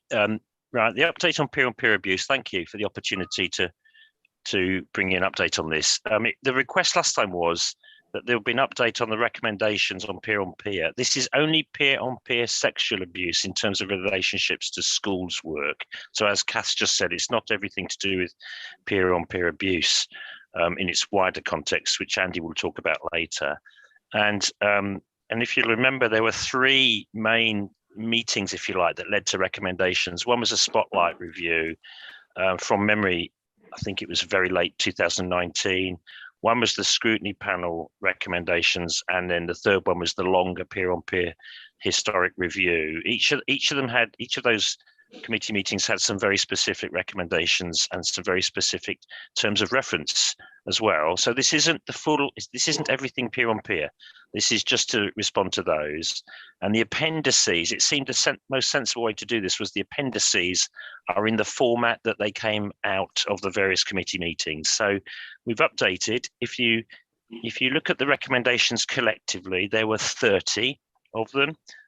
Inevitably schools focused, because the original focus was around whether schools had enough advice or support in acting as they should. Of the 30 recommendations, there were 26 of them we've registered as completed, 3 of them not yet complete, and the final one was passed over to the Youth Offending Service, rather than more appropriate for them rather than Children's Services. Of the 3 that are still in train, one was about a process of reconciliation, and the committee will remember that was one of the commitments we made as a council, was to set up such a process. That was more complicated, I think, than we'd envisaged, and indeed it was a promise that we would do that as an independent organisation, so it had to be separate from the council. And part of the delay is we've approached 3 different organisations, each of whom took their time to reply before saying no, they didn't think they could do it. We do, however, have a 4th one who has agreed and is appropriate. It's called the Family Mediation Council, and the reason I didn't name that in the report was because that was agreed right hard on the submission of this draft report, and actually we're still organising the contractual arrangements with them. So that's behind the delay for that one, but it's nearly there, so we can apologise for the delay on that. Oh, apologies, folks. Somebody's just called me. The second one is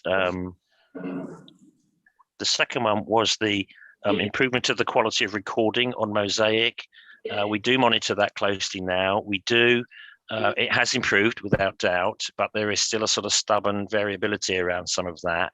So we're now talking about a more frequent monitoring of the recording of cases on our internal confidential system. And the third one that was delayed was the induction of all members of staff into the Children's Directorate and around peer-on-peer sexual abuse and the live issues of it. That hasn't been delayed. That has happened, but we've got rather like a lot of new staff and sometimes temporary staff. So we're now drafting an online module that can be used for people who will be with us for a short or time limited period. So I didn't count that as complete, even though everybody who's been permanently appointed has received an induction on it because of that. So that there are, so I think this is right. It's also right to say, as Kath did previously, that the guidance that's been issued out to schools, it would be wrong actually to characterise that as having been sent out. It should have had one final check, as Kath just said, but it has in September been to you, councillors, and our legal team. October, it was sent to the University of Bedfordshire to consult with. January, it came back to us to go through. February and March, it was sent out to schools for consultation. And in April, it went back to various internal consultations and out to schools. So it did go through a due process. And the University of Bedfordshire recommended that the Equalities Act legislation was done through equalities policies, not through this, because this is quite specific. The guidance to schools is a very limited piece of work. Peer-on-peer abuse is much broader than this, as Kath said. So there was a process. It can be reviewed, supplemented, withdrawn, but that was always the case anyway. So where we are now is we promised a termly review of all of this with an annual refresh. We could do more, and it's right and proper now that the focus moves away from schools guidance onto wider contextual safeguarding, which is, I think, what Andy is going to talk about in a minute. Thank you, folks. Again, the focus is moving to what? Wider contextual safeguarding. Okay, right. Thank you. Thank you, folks. Okay, I'll take it on, and then perhaps we can take questions. So members will be, some of the members will be aware that I've taken on the chairmanship of the Child Exploitation Strategic Group that feeds into the work of the Children's Safeguarding Partnership, and I was very keen at that point that we needed to make sure, in terms of interagency ownership engagement, that we actually established a peer-on-peer sexual harm group that reports into the Child Exploitation Board, so that we properly did the knitting, putting up how we collectively respond to the important issue of peer-on-peer. That group has been in operation. It has developed an implementation plan as part of that transition, I guess, away from just seeing it as a schools issue into seeing it as an interagency issue. I've met with a number of individuals, including Kerry, to ensure that transition is managed safely. And Victoria, who's been very actively involved in the peer-on-peer work within schools, is part of that group that I was mentioning around peer-on-peer and sexual harm. In the same vein, you'll see also in the report reference to, in a more transparent way, the establishment of some sort of community forum that would enable us on an interagency basis to have conversations with the community around peer-on-peer. It would also enable us an opportunity to share thinkings and ideas around the development of guidance, but also in a transparent way, listen and respond to live issues and concerns that people within the community have got around peer on peer. We're not rushing just to establish this community overnight. What we've been doing is having good conversations around what that forum could look like, and between myself and Kath, we've got some ideas about how we might address that also in terms of talking to certain individuals about how they may participate into that forum going forward. Okay, thank you very much. Anybody got any questions? I'd like someone to transcribe it, because I really. Right. I'll probably try and. Some of it got, some of it Andy was. It wasn't, you couldn't always hear you, Andy, so it's all right. Oh, sorry. Alright, don't worry. A bit confused, I guess. So I think let's just start with where we should start with is the whole subject of peer on peer, which since my arrival on the 29th of March of this year, it landed very firmly on my desk rightly so, and said this is something you need to sort out because this is not where it needs to be. And I would agree. My experience in this area is, as people will know, I worked in Rochdale as part of the exploitation that went on there back in 2012 as part of the improvement team there, and I have quite a good professional experience of working with young people who have been exploited in various ways. So I think, if I'm really honest, the mistake we made is we made this a schools issue, as opposed to making it a contextual safeguarding issue. So right from the beginning. Now I appreciate that the catalyst for it to become a schools issue was a situation that happened for some, for some personal members of the public. So you can see where the school became that it's a school issue, but it never should have been. It should have always been contextual safeguarding. And so what you've had is a bit of a linear approach to peer on peer. You've looked at it through a linear lens, saying we need to make sure the schools are doing. And we do need to make sure the schools are doing what they need to do, absolutely. Nobody would not disagree with that. However, if you look at Working Together 2018, this is very clear that any abused children come through the match, and it is through either a Section 47 investigation or what you call a complex strategy investigation, depending on the nature of what's come through. And that's a partnership decision of which schools and police and health and everybody else that's known to the family. So that's the route, and that's where I'm trying to get this now to, because I don't think it's been there, and that's the bit that I'm just saying. So it's coming away from Kerry, who, in fairness to him, was tasked to do a job which he did in open debate, but really he was doing it from a school's perspective, and it should have been a contextual safeguarding perspective. So we've now rooted that. Part of that has been me looking at some of the peer on peer and what's happened in the past. So I'm satisfied, and I know that in some cases that we didn't quite do things right. So I said, right, I want you to go back, I want you to look at that, I want you to do X, Y, and Z.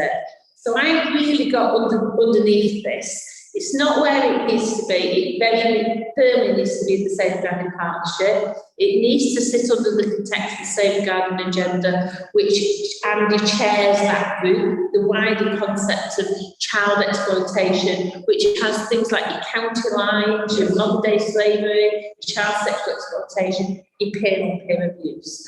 All of that, it's an abuse of the child, whichever way you look at it. So that's where we're moving to. The guidance that came out, we needed to give the schools some form of guidance, so they use. So the guidance is very simple in that if they hear or there's a disclosure about the child coming in and saying what's happened to them, it gets referred into the MASH, and it's managed by the MASH unit. Now, if we look at keeping children safe in education, it very clearly tells you that. If you look at Working Together, it very clearly tells you that. We just didn't connect those things together, and we looked at it through a single lens. I have brought that back, saying it now since this. So for me, the guidance needs to be a broad guidance. You cannot just do a peer-on-peer abuse guidance for schools and not think of community. Because you might be able to safeguard the children in school and keep them separated and do all the things that you know is good practice. But what happens when they go out into the community and meet in the clubs and youth clubs and tennis clubs and cricket clubs and whatever? What happens there? And how do you manage that? That's why it cannot be seen as a single problem, if you like, a single issue. We've got to think about, well, what happens? Because often these things happen outside of the school environment and the school have to manage, but so do the youth clubs, so do all the other environments. So we need to have a guidance that is more broad, more general, that is very clear about how we manage peer-on-peer abuse as part of the contextual safeguarding. So the forum, the community forum that Andy is talking about, is how we bring peer-on-peer into the community, into the open, and how do we manage it as a whole, as opposed to the school system. So I can see why perfect went down that path, but I'm clearly bringing it back to the path it needs to be. And that's, as the chair, very reassuring to hear that, because I'm sure people understand the term contextual safeguarding, which got some insight into that, where you say it's outside formal settings, particularly. So in the formal setting, perhaps really managed in a way, it's informal settings like country lounges, say, for example, which for obvious reasons you don't have much contact with, but you should look at peer-to-peer abuse in that wider reassuring here. And I think people who have voted that recognise that it was too limited review. Yeah. Now we're saying, it should be a wider review. As the director of services, you're making that very point. I'm sure people are hopefully very reassured by that. But it's also not to say that we don't still need to make sure the guidance in the schools is right, because I'm not taking that off the table. That has to be right. I don't think it was right in the beginning, which is the reason why we ended up looking at it. But we need to make sure that's right. And the guidance that has been published needs to just be revisited, because I've information on that needs to be sorted. But I take Kerry's point, is it did go through, it wasn't just a written this and then go through something, it did go through some iterations. But I do want it to be formally endorsed by the Safeguarding Partnership, because it's a partnership that safeguards children, not the schools on their own, not children's social care on their own, it's a partnership in general. But the work already done today will still obviously benefit. Yes, we won't not throw that way, because the Bedfordshire University, who are experts, and we use Bedfordshire when we move Rochdale, they are the experts and they do know. And I believe there was some recent events that some councils attended to that was that they did that was really helpful as well around that whole wide agenda. And peer-on-peer is a national agenda at the moment. It's on the biggest stage as well. So, we don't know what else is going to come out in terms of maybe even more statutory guidance that we need to do. So it's an organic, so it keeps growing and it'll keep growing. It might be so, because we need to make sure we safeguard children. Things like county lines is clearly not a boundary issue, it's what I would say. Right, thank you for that clarification. Let's ask questions, please. So I'm really reassured, because it makes a lot of sense to me what you're saying as to how we run a mess. But this report is a bit like me. It's like somebody who knows some of the rules, but not all of them. And when I looked through the unfortunately published guidance for schools, it was very clear to me that the sort of the backbone of this is not there still. And I would like us to go back, please, and really get that bit right first, because if your central nervous system cannot pass up without the backbone, then everything that goes out into the afferent nerves, which is the schools, the community, the youth clubs, etc., will be warped by a sort of sensibility that goes, oh yes, but what book? And what I'm talking about is the victims' rights, not their wishes. So if we use the word wishes in here, what's going to happen is that down the line, someone will say, ooh, about this now, the day after, week after, whatever after. It's absolutely not the way to approach it, but that is a danger, because unless we actually ensure that the victims' rights are protected by the Human Rights Act and the Equalities Act, what's going to happen is that we'll have mishaps down the line, again, as we have had before. That's the first thing. My second thing is I want to make a serious recommendation. We've already put out complaints procedure to, I thought it was Oxford, but it's Cambridge. I knew it was one of the two. I don't think legal should be set in terms of reference for why the CSO report did not appear in the elected members' domain, which is why we weren't able to see, what baby steps we could have been taking at the beginning to prevent harm. And following on from that, the report which we now have, and it's referenced here, it says things like, what does this say? It says, it's my first point, so just bear with me just a second. It says, in page 38.3, now, our new cabinet member for this area says, gone are the days of complacency and defensiveness. And at paragraph 3, bullet point, it says something about the way something was shared. And I just thought, it actually, what it needs to be saying, a review of the circumstances surrounding a case in Tucson and the sharing of a risk assessment.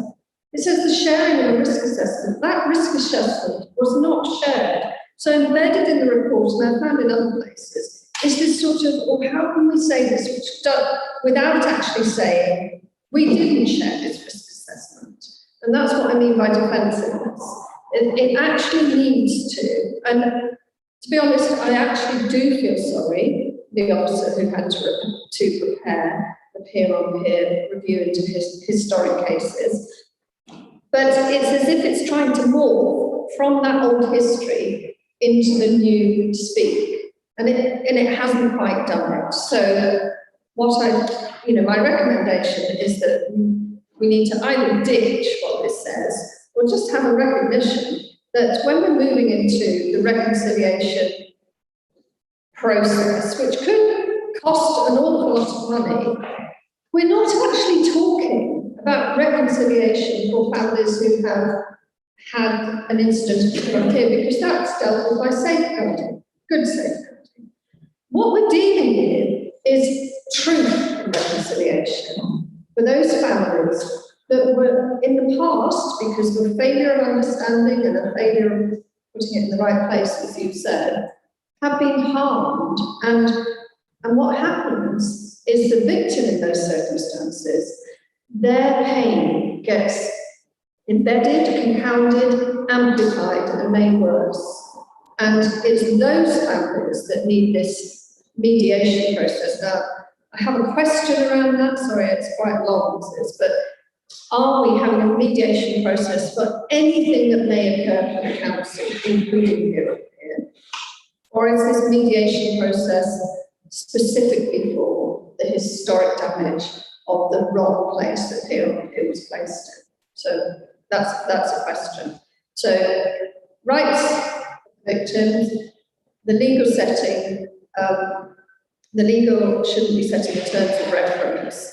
So I'm talking about compliance with the law, not compliance with guidance, and it should be truth and reconciliation, and it should be for the families who were historically harmed. And we do know that there are some, despite the inadequate recording that we've had in the past. So, good question. Okay, a few questions. I'll try and answer them as honestly as best I can. In terms of mediation, the mediation is and Kerry can correct me if I'm wrong, the mediation will be open to anyone who is a victim of any abuse, basically. It's not just being on here, it's, we might need to get mediation for some children that are not necessarily peer on peer, but the mediation is predominantly, and I can see it nodding vaguely in the mirror, that yes, it's open to all, it's open to not just the historical, it's not just around historical. In terms of legal setting, is Kate still on the? Yeah, I think I'm going to defer to Kate on that one because I'm slightly confused in what you mean by then setting. So basically, this is linked to the CSO report. This is investigating why the CSO report remained hidden from councillors and wasn't shared. And basically,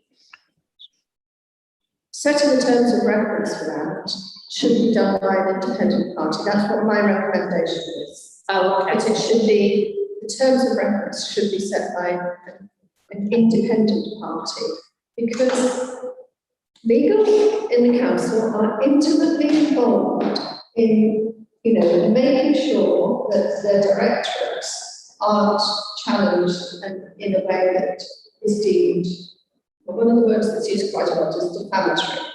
And, it's like marking their own home, basically. So I just think it should be set by somebody else.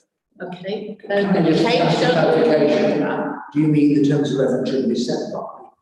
Or since they're the people who know what legal terms should be used, when the terms of reference are produced, they should be scrutinised. So there's a difference between the two. I think we're talking about two separate things in my head, and I'm happy to stand corrected if I've got it wrong.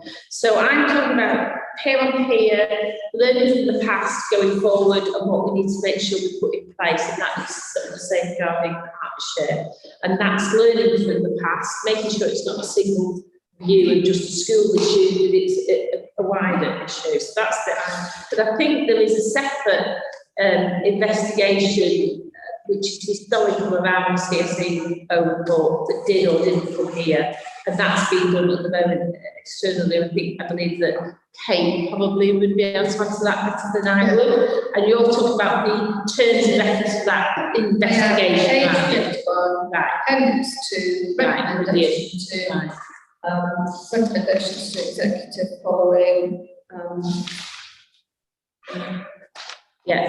So appendix one, wasn't it? Yeah. So that's about that historical, when you were looking at it in the past. Yeah. So I think Kate's probably. Chair, I can help with that question. The investigation is currently underway. The terms of reference have been drafted. They were consulted with the investigator. The investigator commented on them, approved them, and now the investigation is in full sway. So, where are those terms of reference? Can we see them? They're currently with the investigator at the moment. And what I'm happy to do is to bring back a report. I'm liaising with the investigator at the moment because members of the committee will know I was involved in the recent High Court judgment and advising on that. So I'm now coming back to focus on this. Andrew Lovegrove is the commissioning officer for the investigation, and I'm happy to bring a separate report back to the committee regarding the update as to where the investigator has got to and those terms of reference. Well, I think before we have an update on that, I want the terms of reference first, because I think that they should have gone through. Did they go through Cabinet? Did they go through Cabinet? They weren't approved by the executive. No, it was delegated to the Andrew Lovegrove as the commissioning officer. So they didn't go through the executive. So it's currently an officer investigation, an officer commissioned investigation. We've had a lot in this council of work that's been basically, let's look at ourselves.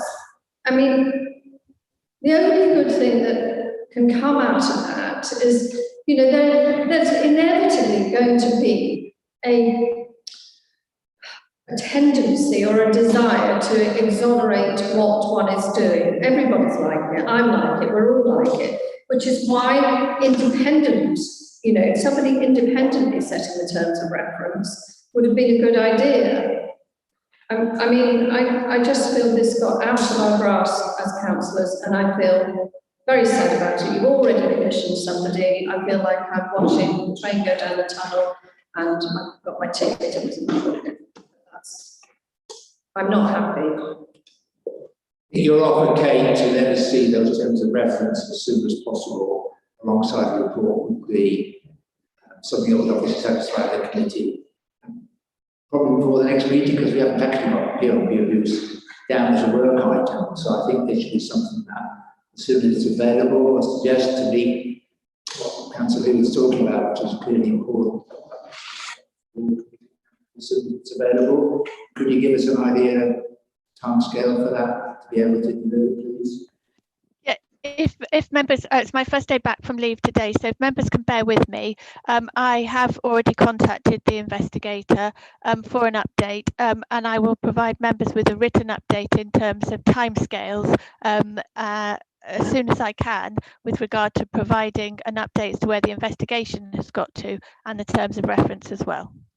Okay, thank you. That satisfies the question, Councillor. Yeah, I'm pretty unsatisfied, but the terms of reference are the important one, please, as soon as possible. Make the point, and we can get some action on these so we can address that. And yeah, as soon as we can do that, that'll be excellent. Thank you, Kate. Jenny, you were going to. Sorry? Kerry, yes, thank you. Kerry. Thank you, councillors. Apologies, folks. The echo's very strong, so if I've misunderstood the comments, I apologise. But just to reassure Councillor Hewitt that the truth and reconciliation process we've set up is aimed at everybody. Part of the delay was because finding an organisation that carries the whole raft of different specialisms and expertise wasn't straightforward. So some people, and anybody, historic or otherwise, is going to be invited to make contact with that service. But that service will act as a kind of triage. I know from experience now that families react in different ways, so who've been affected by peer-on-peer sexual abuse, and some will want counselling, but not all. Some will want legal advice, but not all. Some will want some social care specialist advice, and some will want something about education as well. So finding an organisation that could direct the inquiry in the right way was the difficult bit. I think we've now got one, which is good, but it's taken a while. But it is open to all. It is genuine, and it is genuinely independent of the council. It isn't. You know, we hand over the responsibility to this specialist organisation. That's the intention. I think that was behind the question, folks. Thank you. Okay, thank you. Are you a member of the public, and you would like to make a point? Is that aimed at me, folks? Is that a question? Sorry. No, Kerry, it's a member of the public that wants to speak. Yes. I can't see. You can't see. There's a lady who'd like to. Sorry, beg your pardon. Thanks. This is a really important topic, so if you feel it's contribution that would be useful, then that's it. I'm speaking as an elected family member, and I would like to point out that the four things that Mr. Morgan just listed do not meet the needs identified by many families, which are, as Jenny Hewitt said, is to understand safeguarding failure. It's nothing to do with the original peer-on-peer abuse. The reconciliation that's needed is to understand the way we have been treated after we pointed out safeguarding failure. And that process that Mr. Morgan just described doesn't meet that need. And I'm wondering, the consultation to devise this process, and I'm concerned that a lot of money might be spent without any affected family having been consulted. Okay, thank you. Is that something you can answer now? That's something we need to investigate and come back soon. Who do I want to try? No, the consultation around finding the right resource, the right mediation. I think that's what you meant, wasn't it? So, Kerry, when you went out looking, did you consult with anybody? Is the question being asked?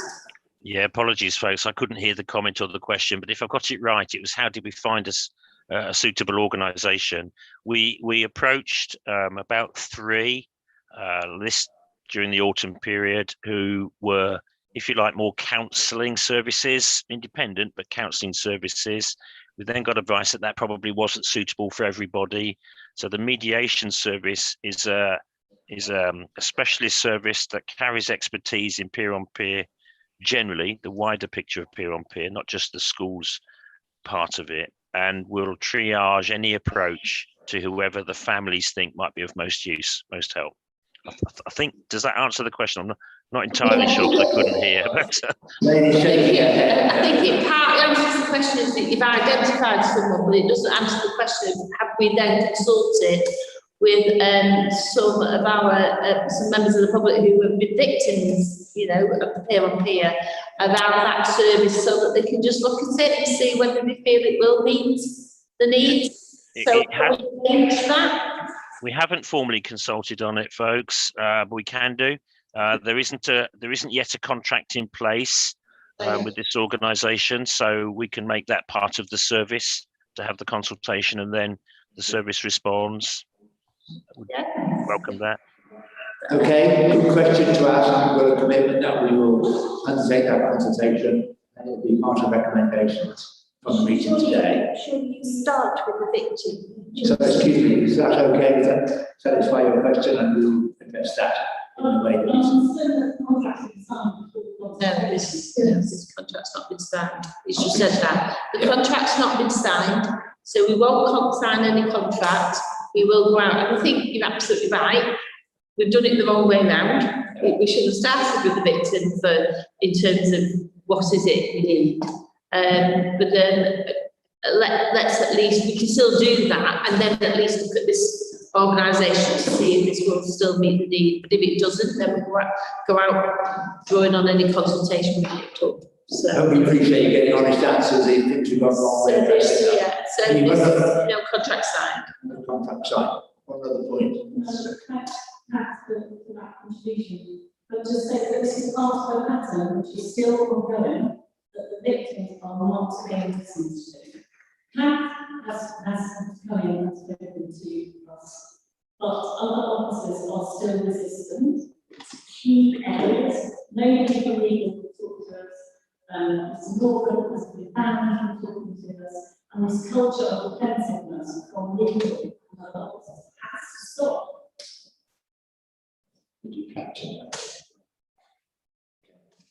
Well, we've noted your comments, thank you. And if there's anything else you'd like to raise, please do send it as a question to the committee so we can answer it in more detail. I hope you've got some reassurance that things didn't happen quite as they should, but we are going to address them and put them right. And you've had some answers now. The contracts have been signed, and yes, we will consult with victims as well to get them all.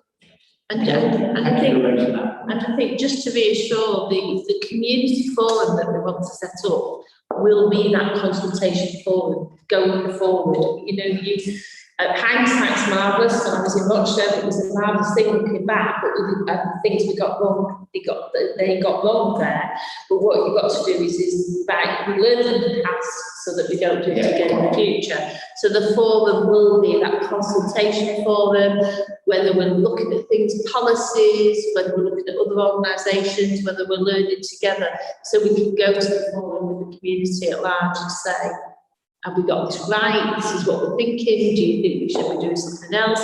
What are your views? So that's the idea, hence why it's moving to Andy, because Andy's responsible for partnerships and the safeguarding agenda, so it gets rooted into the right place.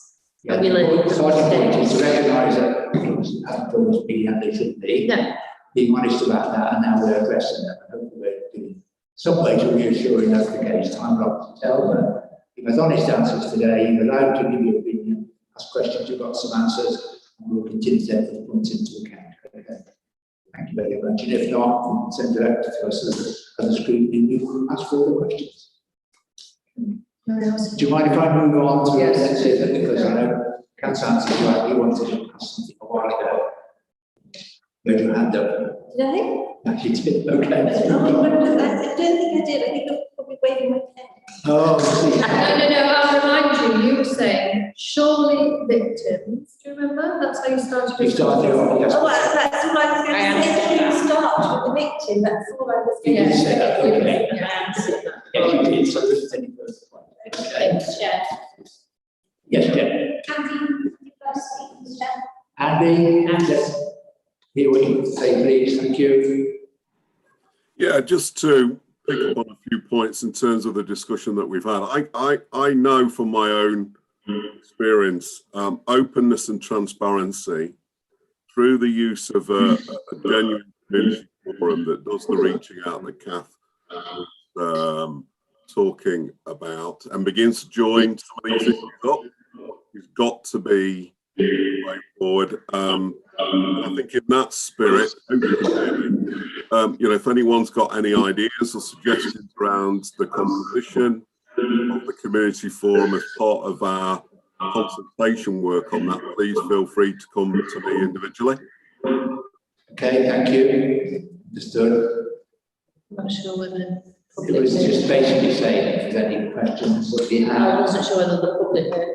Did you hear that? Okay. So there's an off there from Andy Gill saying that Yes. as preparation for the new forum, if you've got any ideas of what that might look like, format, how we formulate that, please come to him direct, and he'd be quite happy to talk to you. And not only for the two here. No, it's generally. And Gill said to me about 6, 7, 8 weeks ago, that he contacted me to set up a meeting. I'm still waiting for a date. And that might be my fault, to be fair, because I wanted to have a meeting with you regarding guidance, and I said to Andy to wait till I've done that meeting with you. So I think in fairness to Andy, that's my fault. And you'll be getting that. Yes, for the planning that meeting, that's in my guidance. And I've asked my PA to do it over the next couple of weeks, but so in fairness to Andy, it was my fault. He has wanted to, just to let me do my bit. I wanted to go through that guidance, which is something we would do on an individual basis. So. Okay, thank you very much, Kath. You've got assurance you should be getting something sooner rather than last, as you might say. Thank you. Right, any other questions? Was there anything from Health Watch that you felt should be raised? No, I'm waiting to hear the next steps. I'd like to see the guidance, the draft guidance, so that I can comment fully on, those things that I'd like to say, but I want to see what's in the guidance before I make a comment, because it might already be there, if you see what I mean. In the official issued version of the guidance? Yeah. Okay, yeah. Okay, thank you. Elizabeth, I know you're standing in. Is there any comment you'd like to make? No, it's logic that dictates that you start where the problem lies and progress it from there, as opposed to in the following. Thank you. One thing I wanted to ask, if you look at the work program, there's nothing officially peer reviews in either of the next two meetings. And I don't think really we can wait that long before having something back. I know that it's a quarterly update, and the last update was in April. So I'd like to ask, is it possible that we can make a recommendation that we get a report back on the current update in time for our meeting on the 27th of July? And I know it's not a work programme, but I think we ought to at least have a report back that we review. And quarterly should be the minimum that we have that report, I believe. So this is such an important issue. Can I respond to that? Of course, yes. Because I was going to ask the same thing, but I think we should go through, as I've already done, this guidance for schools, fine-tooth it, because I think that would be a really valuable thing for scrutiny to do, so that's part of the process, if that's possible. One of the questions that I wanted to ask as well, have RASAC been through the fine-tooth comb? I don't know whether they have or not. Have they been mentioned? Is that a question for me, folks, councillors? Has been the guidance? They were part of the consultation, and specific contact was made with them as an organisation, I know, in the early drafting of it. I don't know who specifically, but I know the organisation was part of it. So was that a I'm yes? told. Yeah.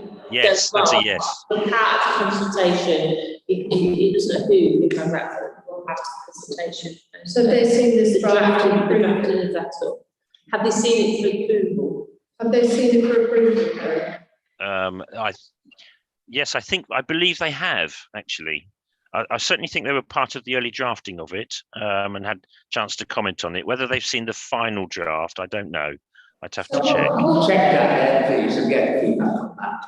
I think what would be helpful is to have a list of people who reviewed it and approved it, because then we know who's endorsing what you're producing. Yep, we can try and do that. Yeah. Okay, so that's a recommendation that we get that list of people who've seen it and some confirmation has been approved by those bodies that we would expect to approve it. Okay, you're not suggesting we go through the fine-tooth comb today. But that might be, that's finished. Yes, well, I don't think it needs to be as long as it does. I think we can do it in scrutiny. Okay, we haven't got. I thought we were just planning it to put it in. Some, yes, well, I was suggesting that we board it. We've already got quite a comprehensive work program. I'm going to have more meetings to improve. But I was suggesting that we get your update report.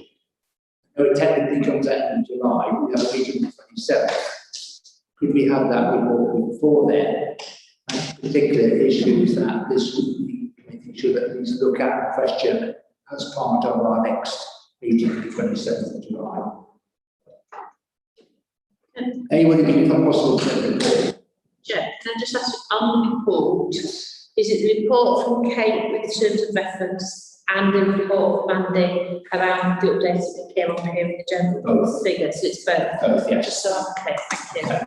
Good question. That's why we need both. Yeah. I need to find space at the next meeting to address theoretically because it isn't in there. I don't think we can leave it. No, 6 months or 9 months before we review it as a committee. Would you all agree with that as committee members? Okay, anyone have a point to raise? I'm just letting the public to. No, I'm just. I know you've got another question. I missed that. Yes, that's the difference to say.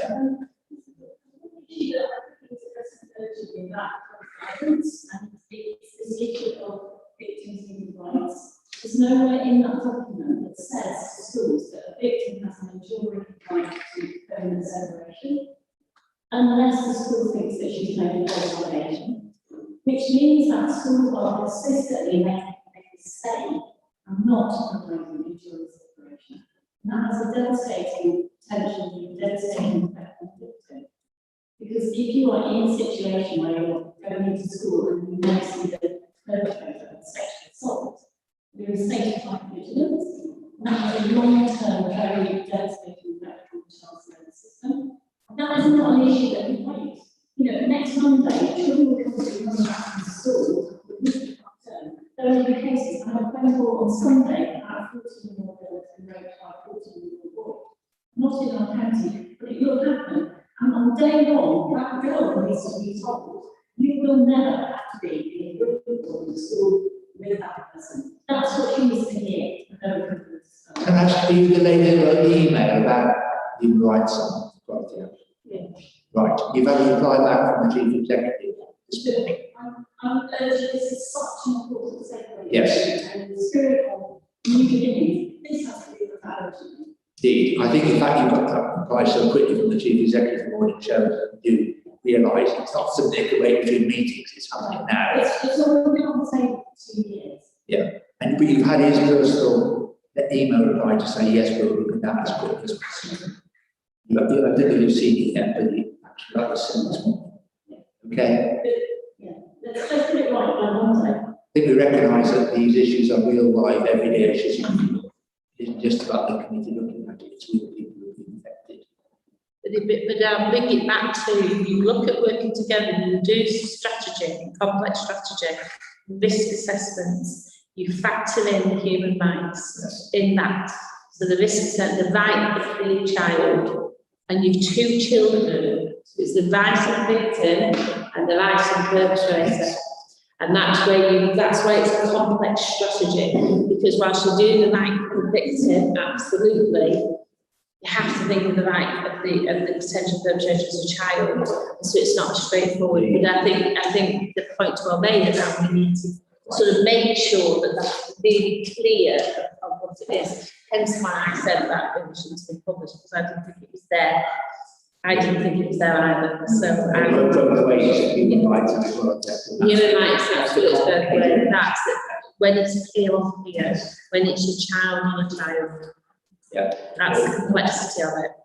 Which is why you put it in a complex strategy meeting, and don't leave it to people who are struggling to understand that the victims' rights in this situation are paramount, because in terms of the proportion of victims who would give a false allegation, I think it's 19 times more likely that it's not a false allegation. So you have to factor that probability into a complex strategy meeting, because in that case, the rights of the victim, they don't, I mean, to say they trump the rights of the perpetrator isn't exactly right, because the perpetrator has rights to be dealt with fairly too. But in most cases, what happens nationally is that the victim has to move because they can't bear the treatment. And that has got to stop. In an era when we're actually trying to address violence towards women and girls, we absolutely have to get our heads in the right place to address this. You have a reassurance that you understand the complexities of human rights and the perpetrator. You have to trust our advisors that we can. Well, the complex strategy means that the decision is not a single agency decision. It's not just the school. It's a wider decision. That's it, you know. It's a risk assessment. It's decided. But this is where I keep coming back to. You could make the decision. Children are separated in the school. But what about the rest of it? What about when they're walking down the street? What about when they're meeting the community, the youth? You can't just take it in isolation, because whilst you're separating that bit, giving assurance, what about the other bits where they could come face to face with their perpetrator in the community? That's the bit where it needs to come together in a bit more. People making the decision have to think that wider. Where do they go? Do they normally meet? Do they live near one another? It isn't just about the school side. Right, we've got Councillor Hanson first. Sorry, I was just going to say it's not just women and girls. No, I was going to make the same. No, that's true. That perception, it isn't just in the first place. Right, Jamie, you going to say something? No. Okay, you're making the same point as Helen. Yes. I was just going to make an offer to any of the committee who has 5 minutes at the end of the meeting. Could I have the opportunity to explain to you my understanding of the Human Rights Act? We took a case against us and I've explained to you the law. Should make sure it's suitable. They don't know this stuff. Teachers are not lawyers. I can suggest that obviously you've got a commitment from the Chief Executive that we will get back to those points. And obviously other officers will be asked for their contributions to that. And hopefully we'll get that with an answer to the question. Also at this stage, I don't want to make any more today. You've raised your points, you've got commitments, you've got some time scales, and you've also got an invitation to get back either to this committee or to officers at the offer there for any other questions and thoughts. Let's make it an interactive process. You know, you mentioned really good points. We're very keen to address them for you. You'll have contributions to make, and so we'll be looking together in as short a time as possible. Make sure those people who are every day facing the consequences of peer abuse are reflected in the actions that are being taken. All we can say is we know that's the case. We're committed to address it, and we'll do that as soon as possible. Because bearing in mind the complications of victims versus perpetrators, which have to be equally considered. Okay, I think that's the best we can say at this stage. Diane, you wanted to make some points? Yeah, I just want to say that, you know, that this raises few issues about our relationship with schools, and I could get political about that, but you know, what our powers and you know, authority is with local schools and lines of accountability and things like that, you know, to what extent can we make something different or not. And I understand about contextual safeguarding, but I do think schools are a particular case because, you know, schools have a duty to educate those children, and anything that can disrupt that education, they've got to deal with them. If I was assaulted by somebody, you know, then some random person, and then I might pass them on payment one day, okay, I could probably handle that. If it was in my workplace and I knew that I was going to be back in the same workplace as them the next week, that would be completely different. And the same applies to schools. So I think they are a particular case, even though we have got to look at the broader context, we have got to look at these specific cases and what we're doing for victims. And the specific cases will guide us on just what we'll produce at the end of the guidance document. So it will be different, but hopefully it'll be enough to reflect different cases and different sets of guidance for types of cases. Okay, any other questions that people want to ask? Well, I just want to follow on from what you're saying, because there was a lot of reassurance about how we are dealing with it. But actually, as Kathy said, we absolutely need the knowledge from members of the public. And I would welcome the offer that's just been given to this room to share an extra understanding, or perhaps I call it an extraordinary understanding of what the legal issues are around this. Obviously, our legal officers will have a view and there'll be a discussion. But unless you have that grit in the oyster, then you're never going to get. And like I said, it's about working together to address these issues. So we've all got a part to play, and that we're satisfied that they are issues addressed and addressed in a way that we want. And that's not going to be quick or easy. Well, hopefully quick, but not easy. No, no. Mindful also, you've got some members missing today, so Yeah. maybe the offer when you've got a fuller committee, that could be considered at that point. I think it would be a good idea. I'm going to suggest we move on. We've had a really good debate, covered a lot of points. And the key recommendation that was printed was that the committee review is provided and returns recommendations.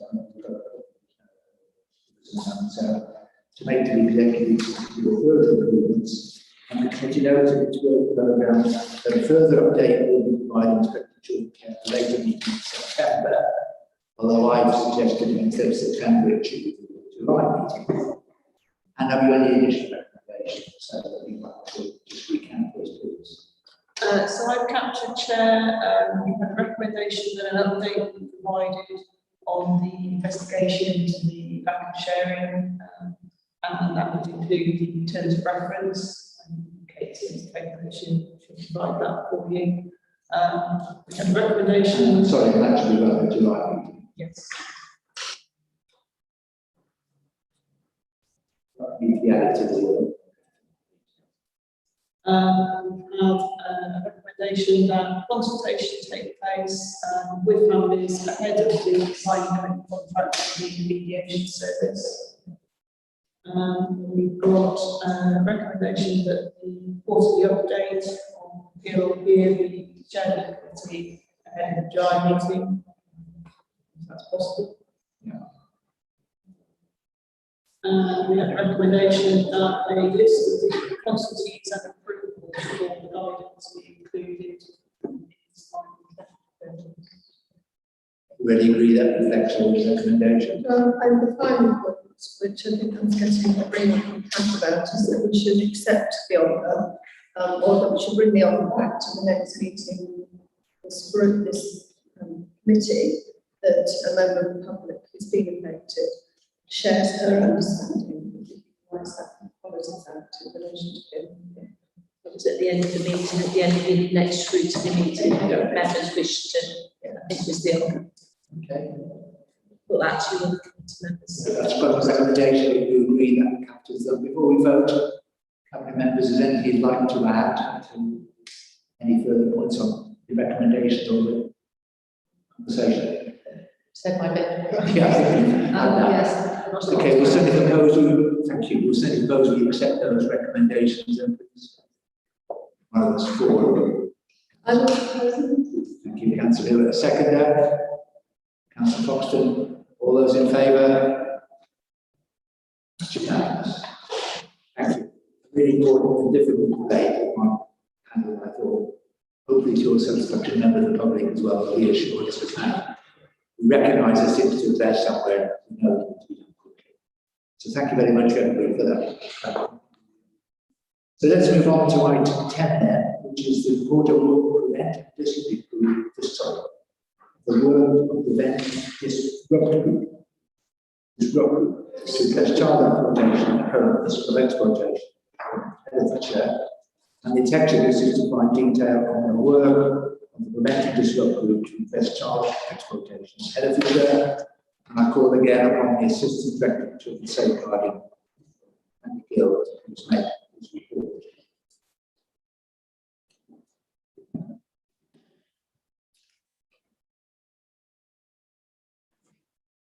We have to do there and need to do that.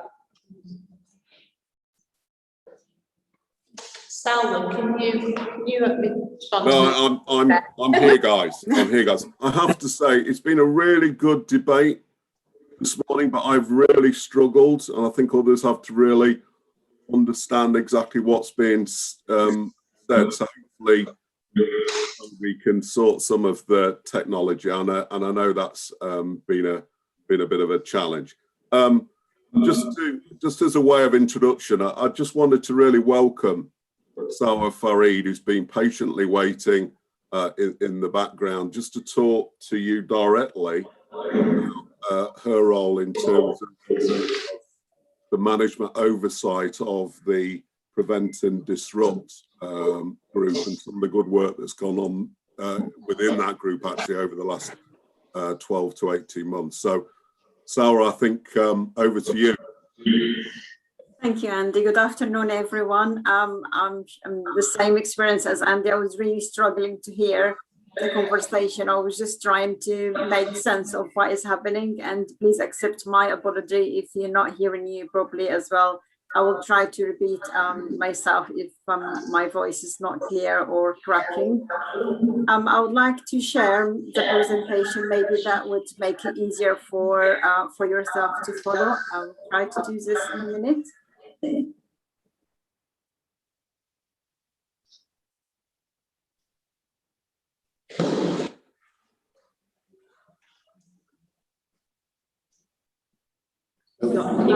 Can this be seen?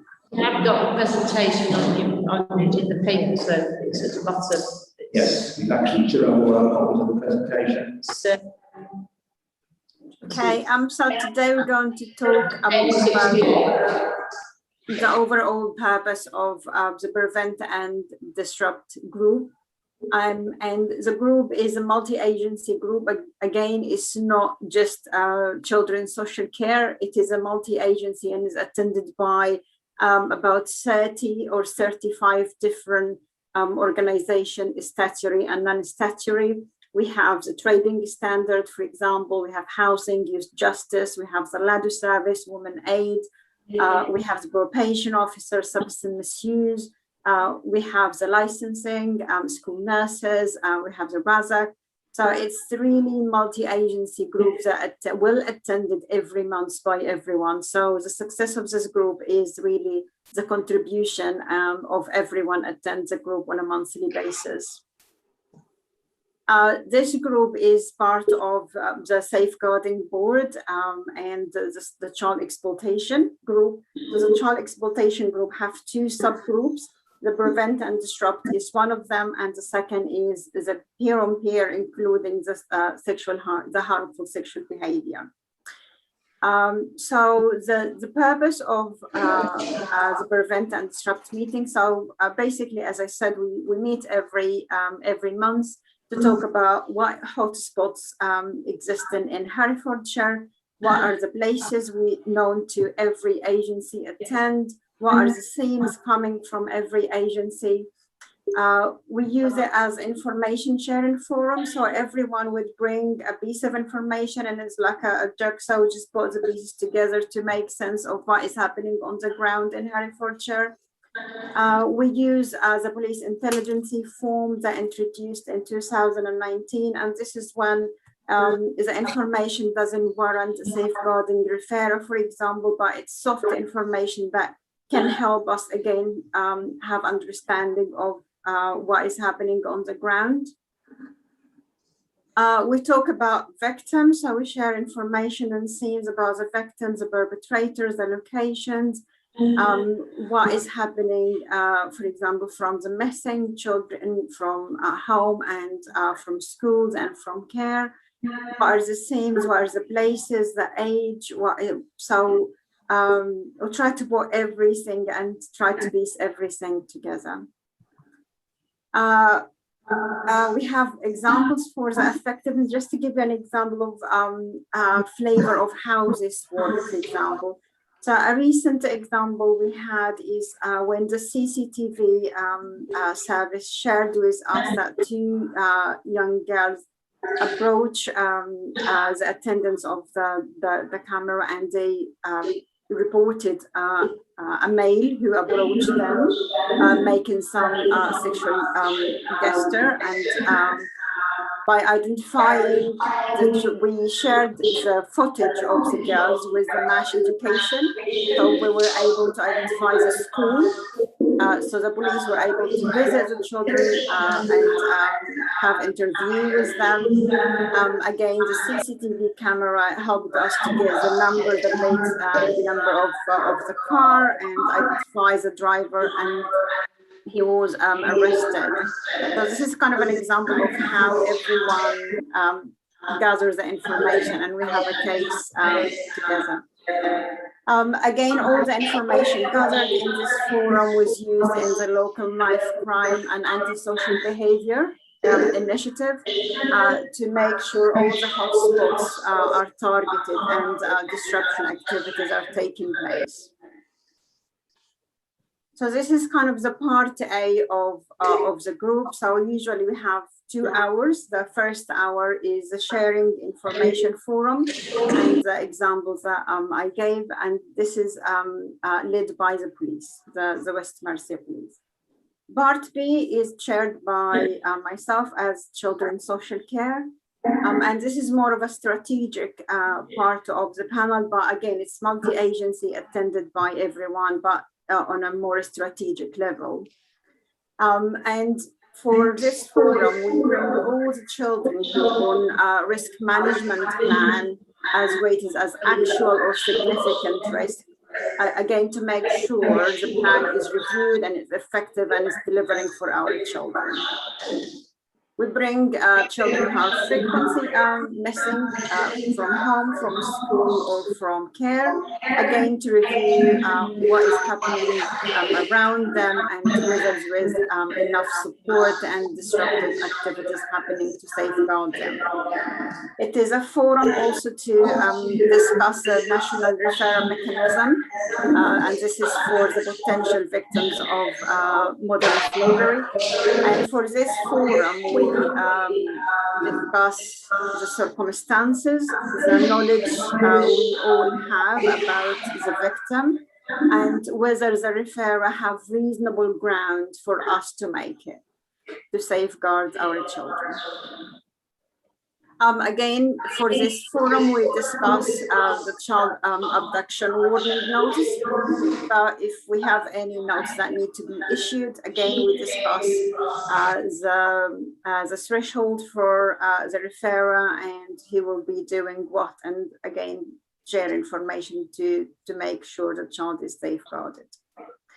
We also share information about young people who deemed high risk, who are known to the Youth Offending Service. For example, last month we had a Hereford child. He's a looked after child who was placed outside of county, but now he is placed with his parents. It's very important for every agency to know he's now back to Herefordshire. What is the risk known about him? What support will go in place for himself and his family and the community? School will be informed. So again, it is about making sure everything around the child is working together, so we're not working in isolation. Any planned investigation from the police, again, that will be shared in this forum related to any child known to us. In this forum as well, we talk about complex strategy meetings. And complex strategy meetings in this form mean when a number of children linked together, and we need to discuss them as a group, not just as individual. Examples of the effectiveness of part B of the panel, for example, we had in the last 12 months, we had 5 complex strategy meetings. Since I joined Herefordshire in December, we had 2 of them, but within the last 12 months, it was 5 complex. I will give you an example of one complex strategy meeting, for example, that was about 6 young people. They were all known for taking cannabis on a daily basis. And we wanted to make sure they're a group of friends. So they socialize together, they go out together, they smoke the cannabis together, they're very linked. And they're also known for antisocial behavior. So it was, it did make sense to map them together so we can talk about them as a group as well as individual. And one of the successes in the complex strategy meeting achieved is link parents together. So it's not just us as professionals working and planning for these families and children. We engage the families. So we created a WhatsApp group for parents. So parents were able to share information about the children, their whereabouts, how to safeguard them, what is happening. So they were working with us, but as well they're working amongst themselves to protect their children. We got the individuals as well on a risk management meeting, so they were discussed collectively as a group as well as individually in the risk management forum. We started this strategy meeting in December when I first joined Herefordshire, and it's really rewarding to see that all of them coming to the end of our involvement, again, because of the effectiveness of the intervention from everyone, not just children's social care, everyone involved and everyone is trying to do their best. We created a group, for example, for them, a boxing group, because they're all interested in boxing. So instead of them going and engage in antisocial behavior, they've been engaged with the substance misuse worker who facilitated this activity group for them. And now as the lockdown is lifted again, we're trying to engage them in many activities. During the lockdown, the activities available were very limited for them. But we created this boxing group. Now we're trying to extend the positive activities as a group of young people are engaged in. Another example of the college Green Estate was very known hotspot for antisocial behavior and drugs dealing. Again, by sharing the information and increase the police attendance there, it is a feedback we had from our children and young people that they currently feel very safe because there is police attendance. And again, this is a targeted activities that from this. During the COVID, again, this is another example. During COVID and for vulnerable young people and adults who were temporarily housed, we were able to share the information between housing and the police and children's social care, and to make sure the spots and for coopering can be identified. So vulnerable adults or young people, young adults can be identified and protected. I have to say we have the 2 groups, the prevent and disrupt and peer-on-peer. Prevent and disrupt is more well established than the peer-on-peer and harmful sexual behavior. It's still in its infancy, but we work really well together to make sure our strategy is collective between all the groups, so we're not working in isolation. We are trying to, in terms of our future planning, we're trying to come with a training program and that will have inputs from every agency. That will be delivered to schools, and that will be a program for teachers and professionals, as well as parents, as well as children. So we're trying to work on this program. As I said, this is a multi-agency forum, so we have people and expertise from everyone that can actually put a training program together that can be helpful for parents, for teachers, as well as children. We're discussing now what would be the benefit if every individual came to be discussed in this forum, can be flagged in different systems, because people come from different organizations. Sometimes it's coming from the CCTV or from the training standard or from the Women Aid. Not all of them are known to children's social care, but if we make sure if individuals discussed as perpetrators or possible perpetrators, this forum can be flagged in different systems, so that can increase the safety within our community. One of our, we're working together as safeguarding board to have a safeguarding database system that can capture and analyze information for us, and that can be accessed by all the agencies, not just by children's social care or the police or health. Again, this is to identify what is the hotspots, who's the perpetrators, where they're based, and all the soft information that can really help us and help different organizations within Herefordshire to achieve the maximum safety for our children and families. We have a lot of planning that's been put together between the two groups, the peer-on-peer and disrupting the group. So we're trying to, now we're presenting feedback forms for parents and children, for children who are at risk management plans. That didn't exist before, so we used to deliver our service, but we never asked for feedback from parents. What do you think about this plan? Does it help keep your child safe? Do you think you are consulted enough? Do you have participated enough in the safety plan for your child? As well as asking the children about what they want and understand their aim, their inspiration, and what they want to achieve from this safety plan. So have a real involvement from parents and families to develop our service, not just kind of artificial involvement. We are trying to, when we work on peer-on-peer and harmful sexual behavior, we're working on the training aspect as well as the support aspect. So in terms of the training aspect, we have now commissioned training to train the child exploitation team members to complete the support package for perpetrators as well as victims.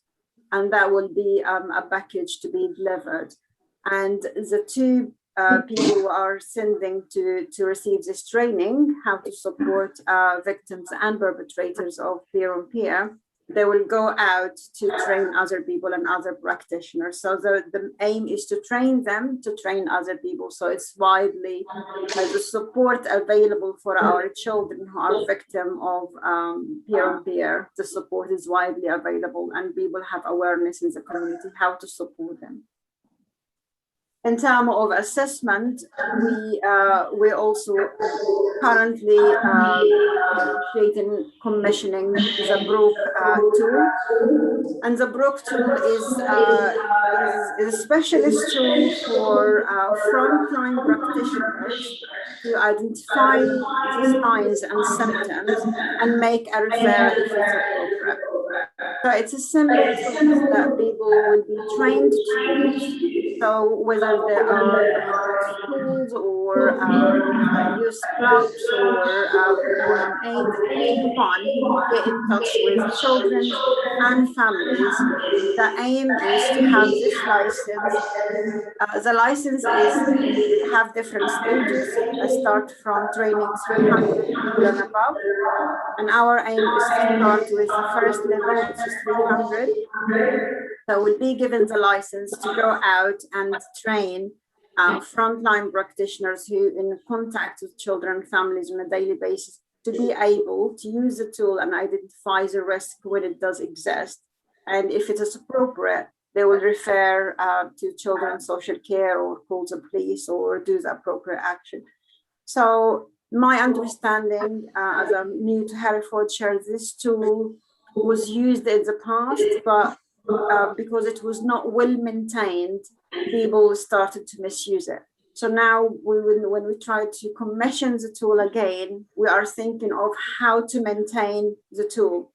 So people who are trained to use it, they will receive ongoing support.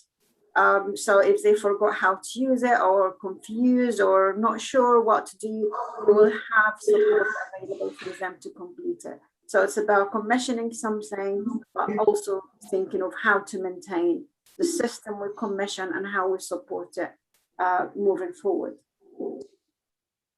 In terms of the current picture of children who are on risk management plans in Herefordshire, so we currently have 43 child in risk management plan.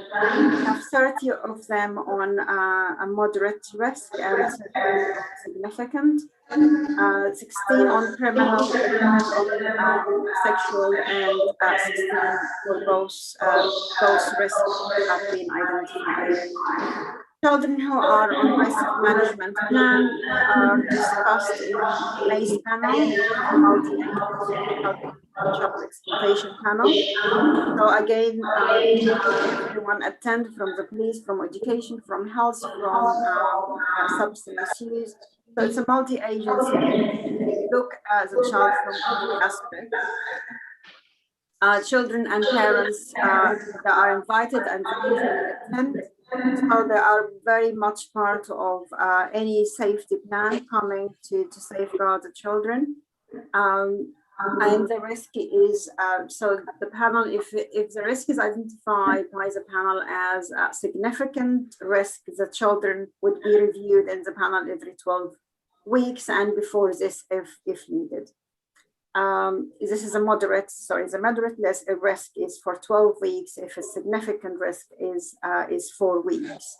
And again, that can be brought forward if needed.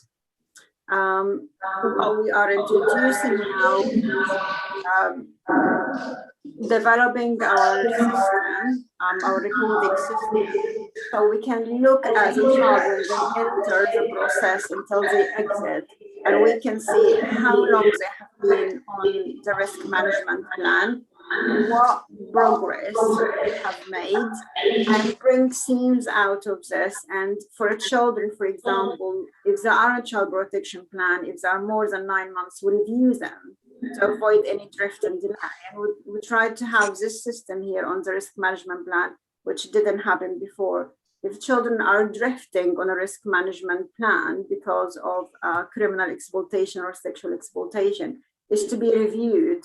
So we make sure the plan is effective and there is no drift or delay in keeping the children safe.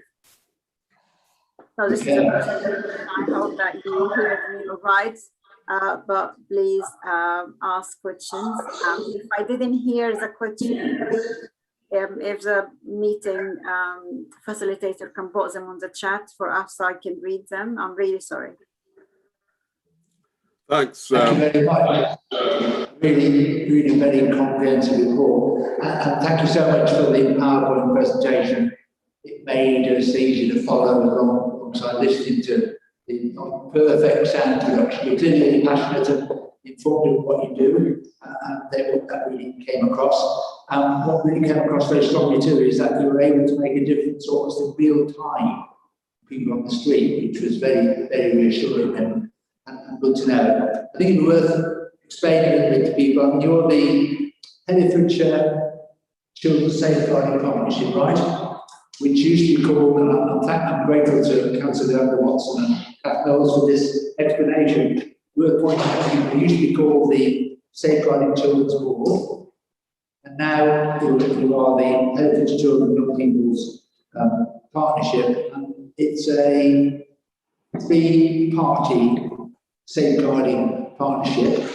Herefordshire Council of Children's Services, NHS Herefordshire Worcester, Clinical Commissioning Group and West Mercia Police. Really important people know just what the partnership is constituted of, and it's great to hear that you're able to do stuff on the ground in real time, affecting on people's lives.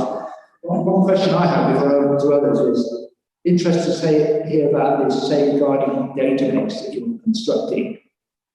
Just like to know a bit more about what that will contain and how it will be used. Yeah, I'll dive in there, Sawa. Sorry, I didn't hear it. I'm really sorry. No, I can. It's about the interagency database.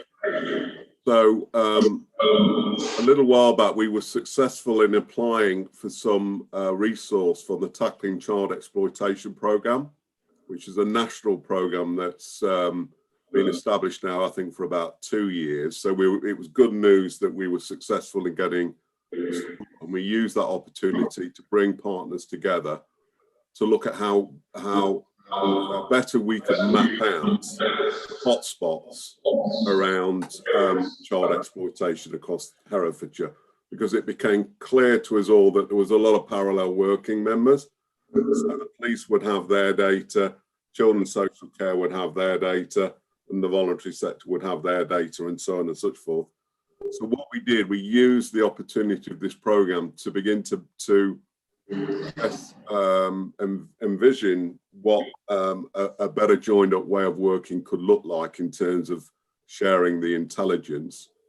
So we've done that piece of work, and now we're moving into the nitty gritty, as it were, in terms of pulling together in a pragmatic way what we currently hold, and then to look at, I think, potentially going to resource some additional capacity to look at how we actually maintain that as a single point of contact for all the partners going into the future. But it's a good development, and quite happy to come back to members with an update. I mean, our target at this point is that I certainly would like to see the interagency database in terms of that soft information that's currently available to be up and running within the next 3 months, because that's really important. And the group that developed the thinking around that will continue to be colleagues in order to deliver that interagency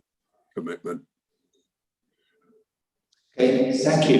The hotspot seems to be a bit of an emerging theme. Yeah. And it's good to hear that, because that means we can identify where resources, limited as they are, can be most effectively directed to have the greatest impact. And that's come out several times in several of the issues discussed. So that answers that question. Chair, could I just really pick up I mean, it was a great presentation, so, and thank you for doing all the hard work on that. And I know the acoustics weren't brilliant, but I think the key point that Sawa was bringing out is the interagency engagement. That this is, when we're looking at child exploitation, it's a community issue. And in order to crack that issue, we need agencies to come around that, to work with local people in order to do that. Data tells us one, but actually what we need to do is to look at the data, which Sawa and the team are doing, to actually triangulate with that with the real life experiences of young people and families. Did we make a difference? Kath will talk about the so what question quite rightly. So I think using data, listening to the experiences of young people and families around whether we kept that young person safer as a consequence of the interagency work is absolutely pivotal here. Yeah, I understand. Thank you. So, just to add on the database, what we in Rochdale, one of the reasons it was so successful was we remodeled like it was Liquid Logic, which was you've got Mosaic Games, another novel called Liquid Logic, and we developed what we called a child sexual exploitation portal, which allowed all of the data to come in, and it was able to map and see where the connection was, and that was relatively successful. So the work that Andy and the team are doing around having that, bringing that additional resource in and developing that is crucial if you want to be ahead of that game, to be in front of them, which is that real life experience with capturing the actual voices is also. Everything, yeah, everything. So it's just the county. It's and it's linked to your national. Right. So it's just really advanced as well. So it is really good, and so it's positive that. But just to say that Sarah is the head of service for our safeguarding and team as well. So she is, and she manages all the ILOs that we talked about earlier on. So she may be as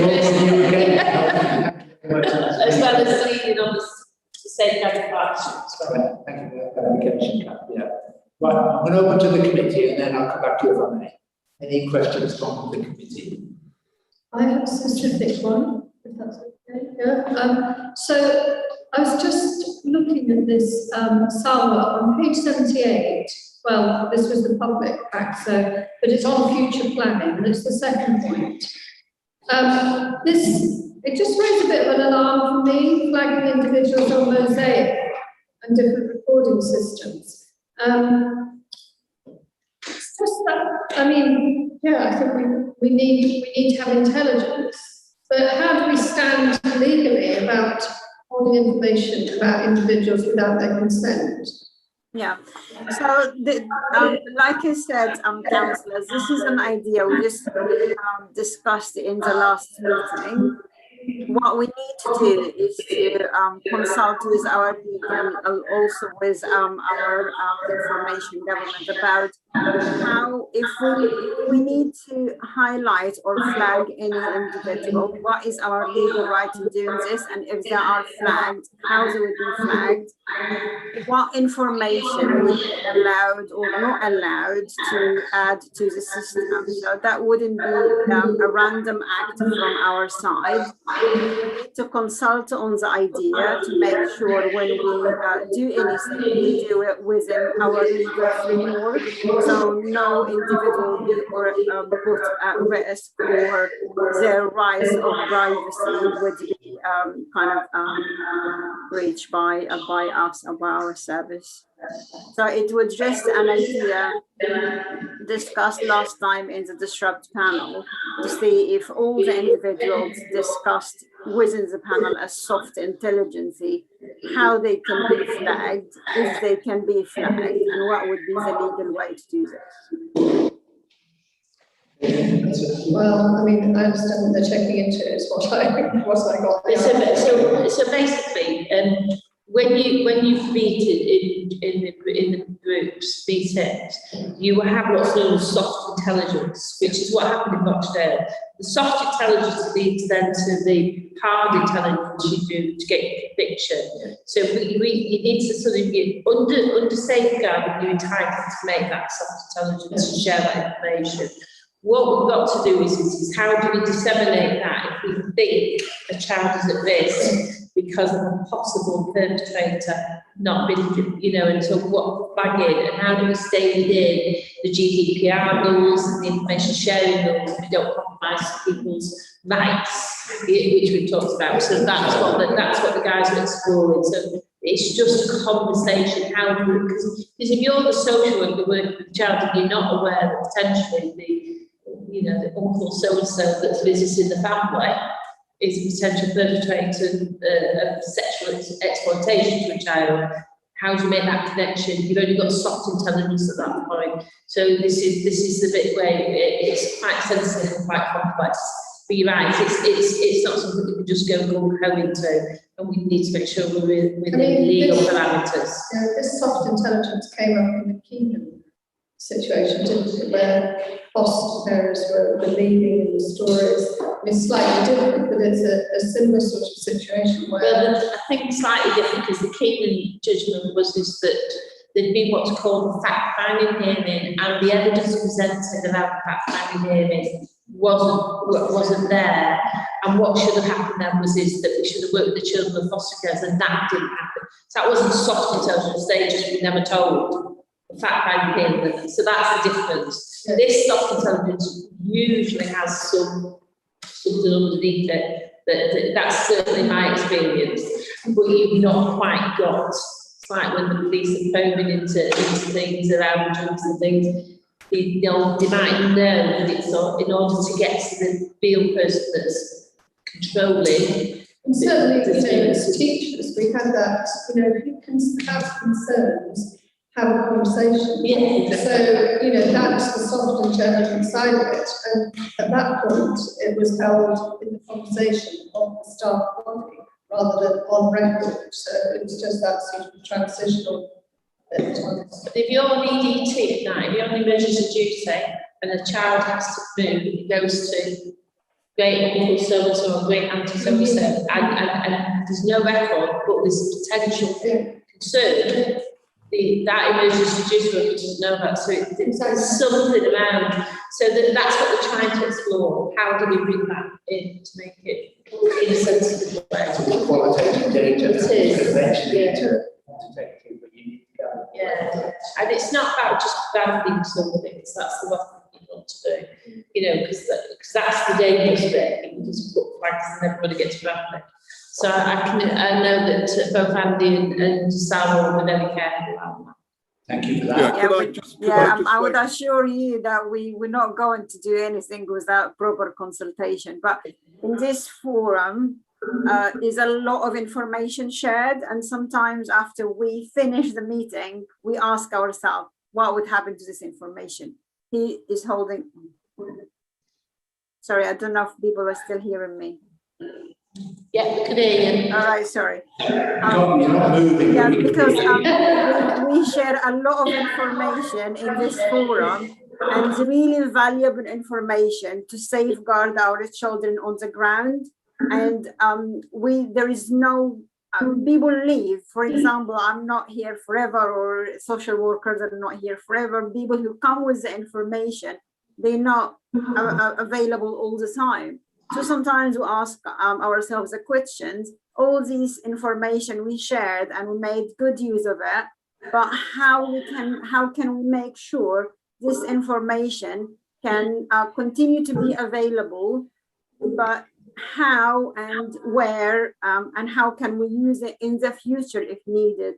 How can we do this within the legal framework? I think this is his idea behind it.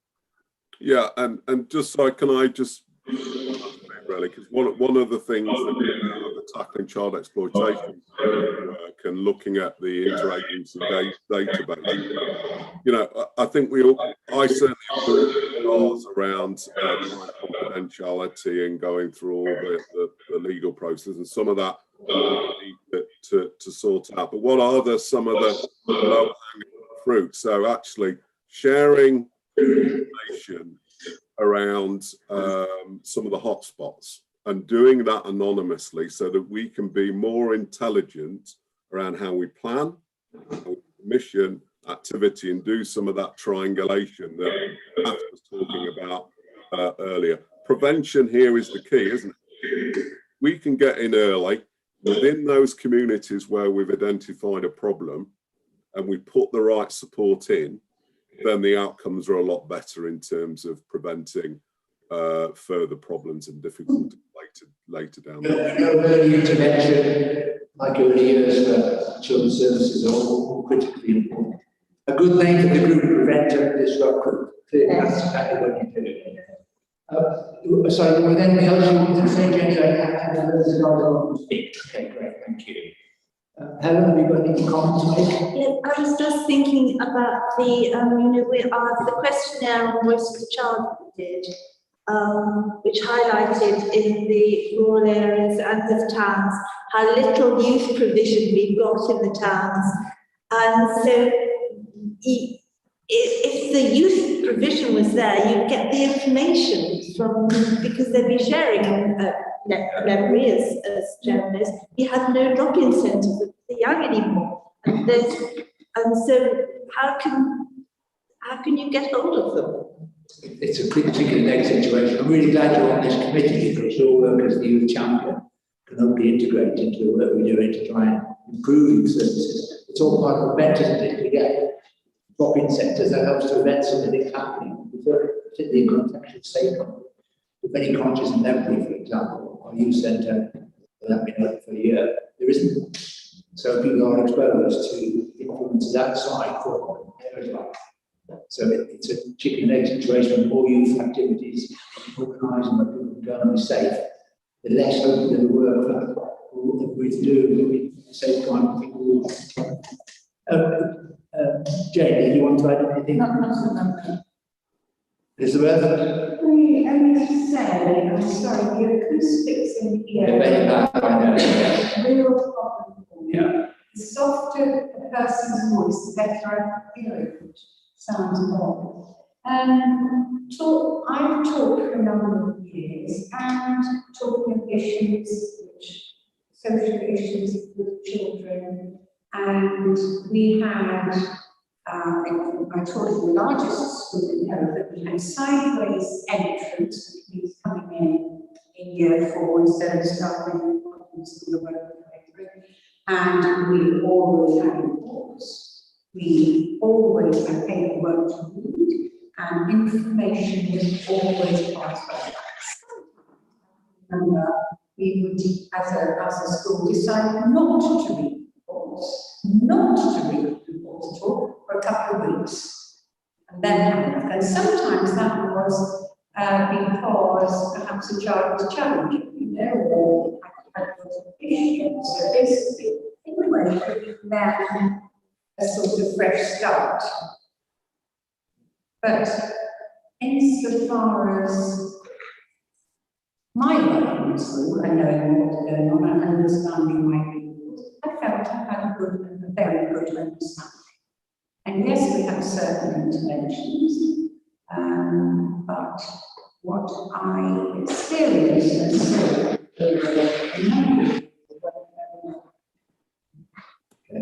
for that contribution too. And finally, we have a member of the public. You had your hand if you wanted to make a comment. Could I understand the school, if the school still on the same partnership available? So I couldn't quite make sense. She's still like Salva's still on. Salva's still on. Yes. I looked at the website of the Safeguarding Board, and there's a web page on there which says that if there's any serious reviews, or I understand it's similar to serious reviews, it should be published on their website, and I couldn't find anything to publish, and I understand that no reviews have been published on that website for years. So I don't, because I find it hard to believe that there hasn't been any serious reviews or reviews. The question is, why aren't there any reviews on the web page? Okay, so that's a question that really needs to go to the chair, scrutiny chair, who's Liz Murphy. Salva's doesn't, she is a she sort of, they have a subgroup, and Salva's on the subgroup of the exploitation subgroup. So you've got an independent scrutiny called Liz Murphy. So this committee may ask that question on behalf and ask for a response. And that's something that Andy could take through, because he's the interface between the Safeguarding Partnership. So if that is the case, I mean, I do know there's been a pause in some of the reviews because of pandemic, and there is some reviews coming out. But I'm not, unless Andy knows. Andy, should be published on the website? I'm sorry, Kath, I couldn't hear the question. So the question was that on the Safeguarding website, the Children's Safeguarding Partnership website, on the page, that we should upload any serious case reviews or rapid reviews, and there's been none uploaded, and there's not been any uploaded for years, and I don't know whether that's accurate. Okay, I'll take that direct to Liz Murphy. I was going to say, okay, super. Thanks for that question. If it's any help at all, I'm aware of at least one serious case review, which is published nationally. I can't recall, I can't give you the exact name of where it's published, but my understanding was that it was published as a national, learning from this process and available publicly. But whether that would then go on to our local safeguarding board. Would you have a link potentially on our local website to get? Yes, So that's the question, isn't it? Should that be? Question, yeah, because you'll learn a lot more cases, not only inheritance cases, when you mentioned whatsoever. Yes. Then we'll have some evidence that we can link our website. The NSPCC have, they do a big event that shows you national review. That's right. Yeah, we can take that forward. Any other points anybody want to raise? Just a couple of just a couple of things. What I did want to mention was SOA outlined the part A of the meeting, which is around that intelligence sharing around child exploitation across Herefordshire. If a member of this committee was interested to come and observe that, I'm more than willing to talk to SOA about how we might enable that. So that would give you a hands-on feel of what we've been talking about. The second thing, which was part of the exam question for today, was around the contextual or child exploitation conference, which members had asked to work alongside us to organise. So you have been invited to the joint child exploitation conference that we did with Worcestershire, which happened just over a week ago. The feedback from that was brilliant. It was a very, very powerful event. It was, I think we had 260 people attend that, and some very powerful testimonies from people who actually have experienced child exploitation, and they were talking about Rochdale, and they were also talking about Rotherham. So it was good, very good.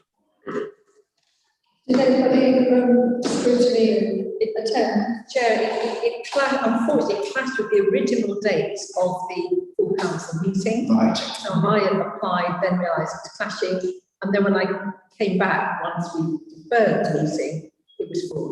It's fine. But they have said they'll share the actual outcome, Is this the one on the 2nd of July? 21st of. Oh, okay. It's another training day organised by County Lines Training on the 2nd of July, which obviously be good to go to. Thanks, Andy. We'll make sure we catch up in a minute so committee members are aware of us there, and we should make sure at least one of us is more attend. Thank you. Any other points anybody want to raise? So the printed recommendation was the committee reviews the information provided and determines any recommendation it wishes to make to the executive support for all. I think we've got two things there. Don't think we had any information source. So we just note that recommendation that we reviewed it. Their overall recommendation, we have noted their invitations to learn more and some feedback to be presented. Okay, can I have a first and second to that we accept that recommendation then? Councillor Hewitt, Councillor Foxton, second. All in favour? Unanimous. Thank you. Do you want to add anything further, cabinet members? No, simply to recommend that you do take up the offer of sitting in on the. We'll have a date of that. Okay, that brings us to the final item on the agenda, which is the working group, and whether we've got that. For the July meeting, we have Youth Justice Plan, where we to endorse the plan for approval for council and consider any comments the committee would wish to make. That would inform the plan for since 2019-2021. Then there's corporate parenting strategy. We talked about a bit about that today. But the leaving, care, and paying for adulthood, particular aspects of corporate parenting. So to receive details of what services exist to prepare care leavers and unaccompanied child asylum seekers for adulthood. And we're also looking at adoption service and fostering service reports.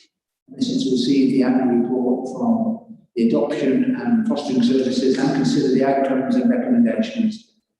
To make recommendations to the cabinet member on the operation of the services during 2021. That's what it says, and I think that's in the report to left us. You explain that to us. Then we've got the improvement plan timescale report, and that's the recommendation that came in the last meeting. We said we got a previous meeting. And then Children's Centre task and finish scope to consider a scoping document for task and finish group concerning Children's Centre. Can I just ask a question about that? So was this item on here because of what we're talking about earlier, the heat map, and where we need provision, or is it reviewing existing children's centres? It came on earlier than that, so I think it's interesting. You agree? Yeah, I don't think it's, that's not my understanding. I think it also follows on from the issues raised out of Bromyard. Bromyard, yes, quite. Yes, yeah, that's quite. Yes, that's at least in part where we completed into this meeting. So we'll have some answers to that.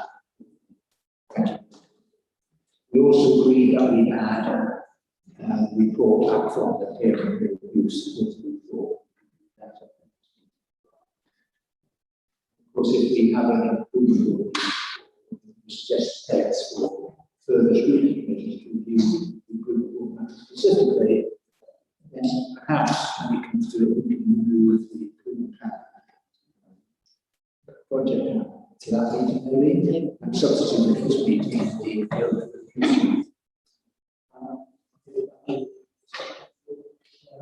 yes. So any comments on that, on the work program understanding? This is my job is next time. Thank you for comments on this. Before I close the meeting then, can I check the Democratic Services team that live stream has been switched off? I'll say thank you everybody for taking part.